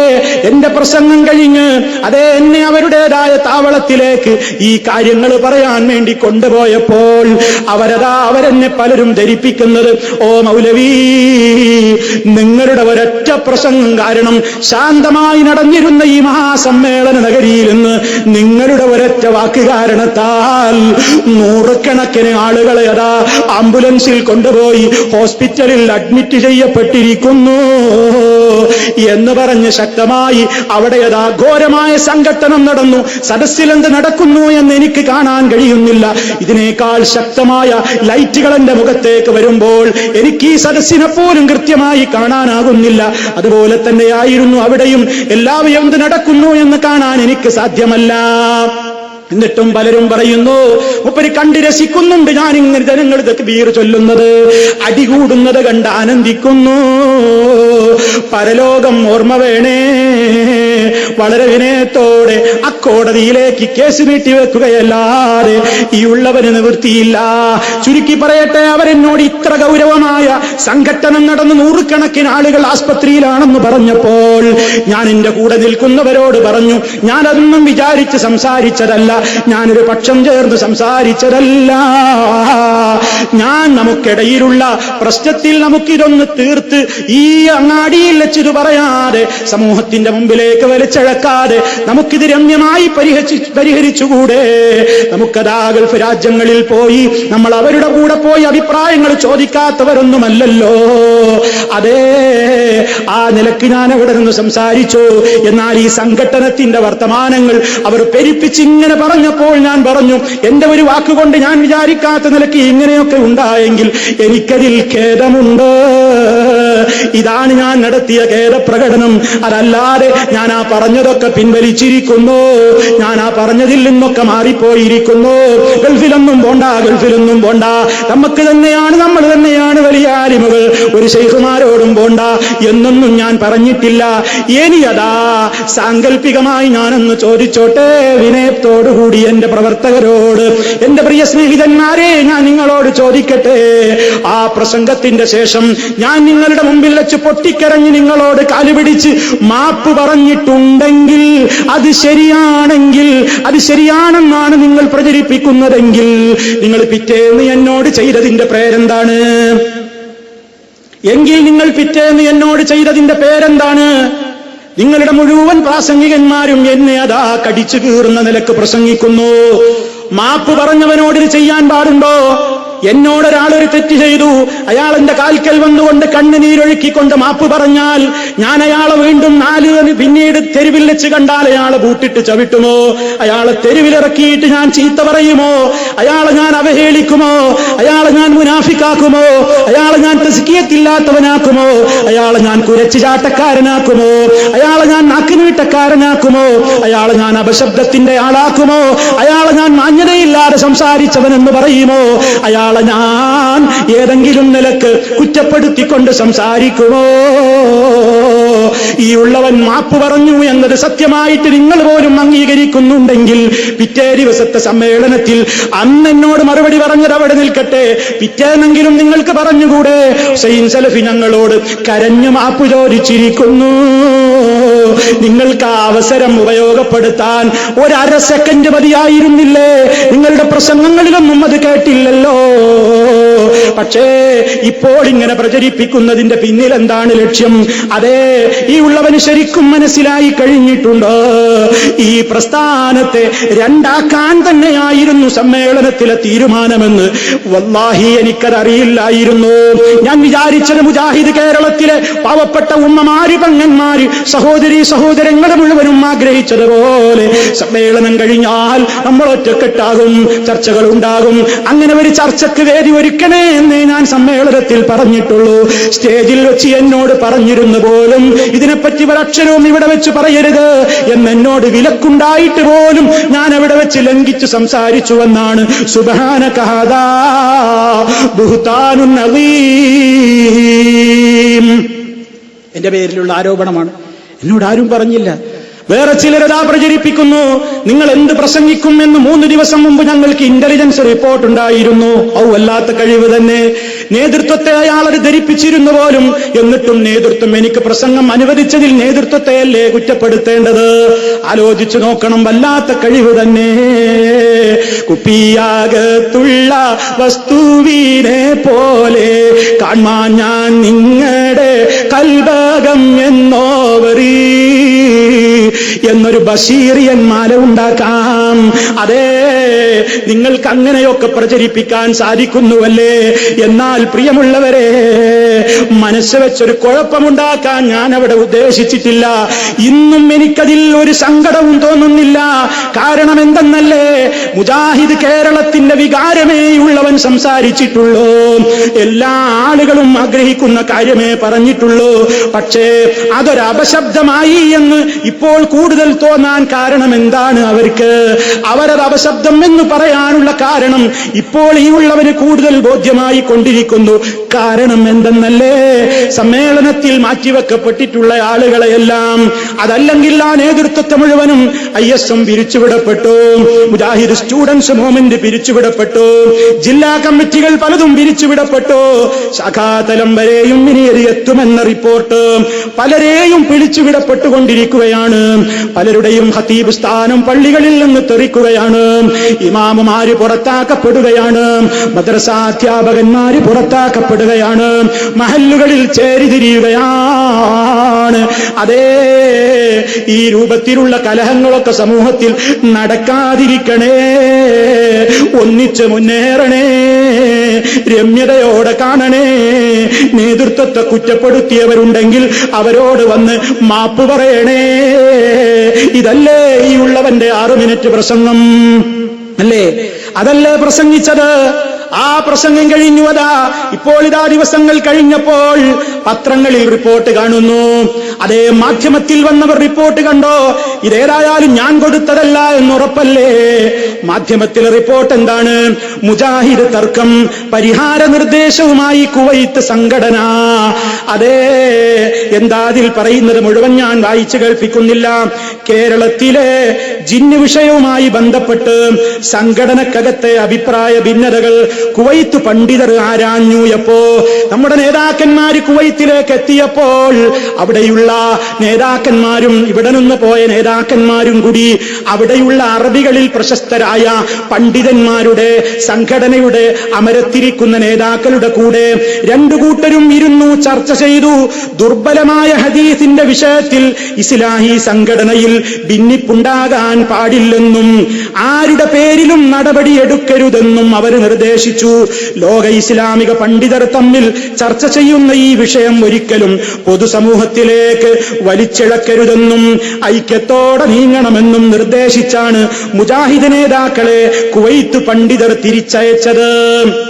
ഇനിയും കേട്ടോ, ഇതിനുശേഷം ഇഹ്യാഉത്തറാസിൽ ഇസ്ലാമിയുടെ കൂടിയാലോചനാ സമിതി യോഗത്തിൽ കേരളത്തിലെ മുജാഹിദ് സംഘടനയിലെ ഭിന്നത ചർച്ച ചെയ്യുകയും പ്രശ്നപരിഹാരത്തിനായി 7 നിർദ്ദേശങ്ങൾ അടങ്ങിയ കത്ത് KNM നേതൃത്വത്തിനും ISM, MSM, MGM ഭാരവാഹികൾക്കും അയക്കുകയായിരുന്നു.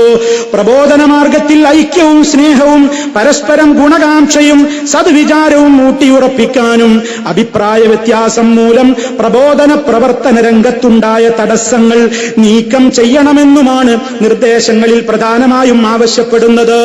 ലോക പണ്ഡിതർ ഭിന്നാഭിപ്രായം പുലർത്തുന്ന വിഷയത്തിൽ വേണമെങ്കിൽ സഊദിയുടെ ഗ്രാൻഡ് മുഫ്തി ഷെയ്ഖ് Abdul Aziz Al Sheikh Salih Fawzan, സഊദിയിലെ ഇസ്ലാമിക കാര്യമന്ത്രി ഷെയ്ഖ് സാലിഹ് ആലു ഷെയ്ഖ് എന്നിവരെ സമീപിച്ച് ചർച്ച ചെയ്യാൻ അവസരമുണ്ടാക്കാം. ഇരു വിഭാഗത്തിലെയും പ്രതിനിധികൾ ഉൾപ്പെടുന്ന സംഘത്തെ സഊദിയിലെയും കുവൈത്തിലെയും പ്രമുഖ പണ്ഡിതരുടെ അടുത്തേക്ക് അയക്കാമെന്നും കത്തിൽ നിർദ്ദേശിക്കുന്നു. അതുവരേക്കും പ്രബോധകന്മാരെയും പ്രവർത്തകരെയും അകറ്റാനിടയാക്കും വിധം സംഘടനാ നേതൃത്വം സ്വീകരിച്ച മുഴുവൻ അച്ചടക്ക നടപടികളും റദ്ദാക്കണം. പത്രത്തിൽ ഞാൻ വായിക്കുന്നത്, എരിതിയിൽ എണ്ണയൊഴിക്കും വിധമുള്ള നടപടികൾ മേലിലുണ്ടാവരുത്. ഭിന്നാഭിപ്രായമുള്ള വിഷയങ്ങൾ ഇരുകൂട്ടരും പരസ്പരം ബഹുമാനം നിലനിർത്തി ഗുണകാംക്ഷയോടെ ചർച്ച ചെയ്യണം. പ്രബോധന രംഗം തടസ്സപ്പെടും വിധം തർക്കവിഷയ വിശദാംശങ്ങൾ പൊതുജനങ്ങൾക്കിടയിൽ പ്രചരിപ്പിക്കുന്നതും ചർച്ച ചെയ്യുന്നതും നിർത്തണമെന്നുമാണ് നിർദ്ദേശങ്ങൾ നടപ്പാക്കി ഐക്യത്തോടെ തൗഹീദ് പ്രചരണവുമായി മുമ്പോട്ട് പോകുന്ന സന്തോഷവാർത്ത അറിയിക്കണമെന്ന ഉപസംഹാരത്തോടെയാണ് ഇഹ്യാഉത് തുറാസുൽ ഇസ്ലാമി ചെയർമാൻ താരിഖ് സുൽത്താനുൽ ഈസ കത്ത് അവസാനിപ്പിക്കുന്നത്. ഇനി കേട്ടോ, നിർദ്ദേശങ്ങൾ സംസ്ഥാന സമ്മേളനത്തിന് ശേഷം യോഗം ചേർന്ന് ചർച്ച ചെയ്ത് അറിയിക്കാമെന്നാണ് കത്ത് കൈപ്പറ്റിയ KNM നേതൃത്വം പ്രാഥമിക മറുപടി നൽകിയത്. എന്നാൽ ഈ നിർദ്ദേശങ്ങൾ നിലനിൽക്കെയാണ് പോഷക സംഘടനകളായ ISM-ന്റെയും MSM-ന്റെയും സംസ്ഥാന തലം തൊട്ട് ശാഖാതലം വരെ മുഴുവൻ ഘടകങ്ങളും KNM നേതൃത്വം പിരിച്ചുവിട്ടത്. KNM-ലും സസ്പെൻഷൻ നടപടി തുടരുകയാണ്. ഇത് വ്യാഴാഴ്ചത്തെ പത്രമാണ്.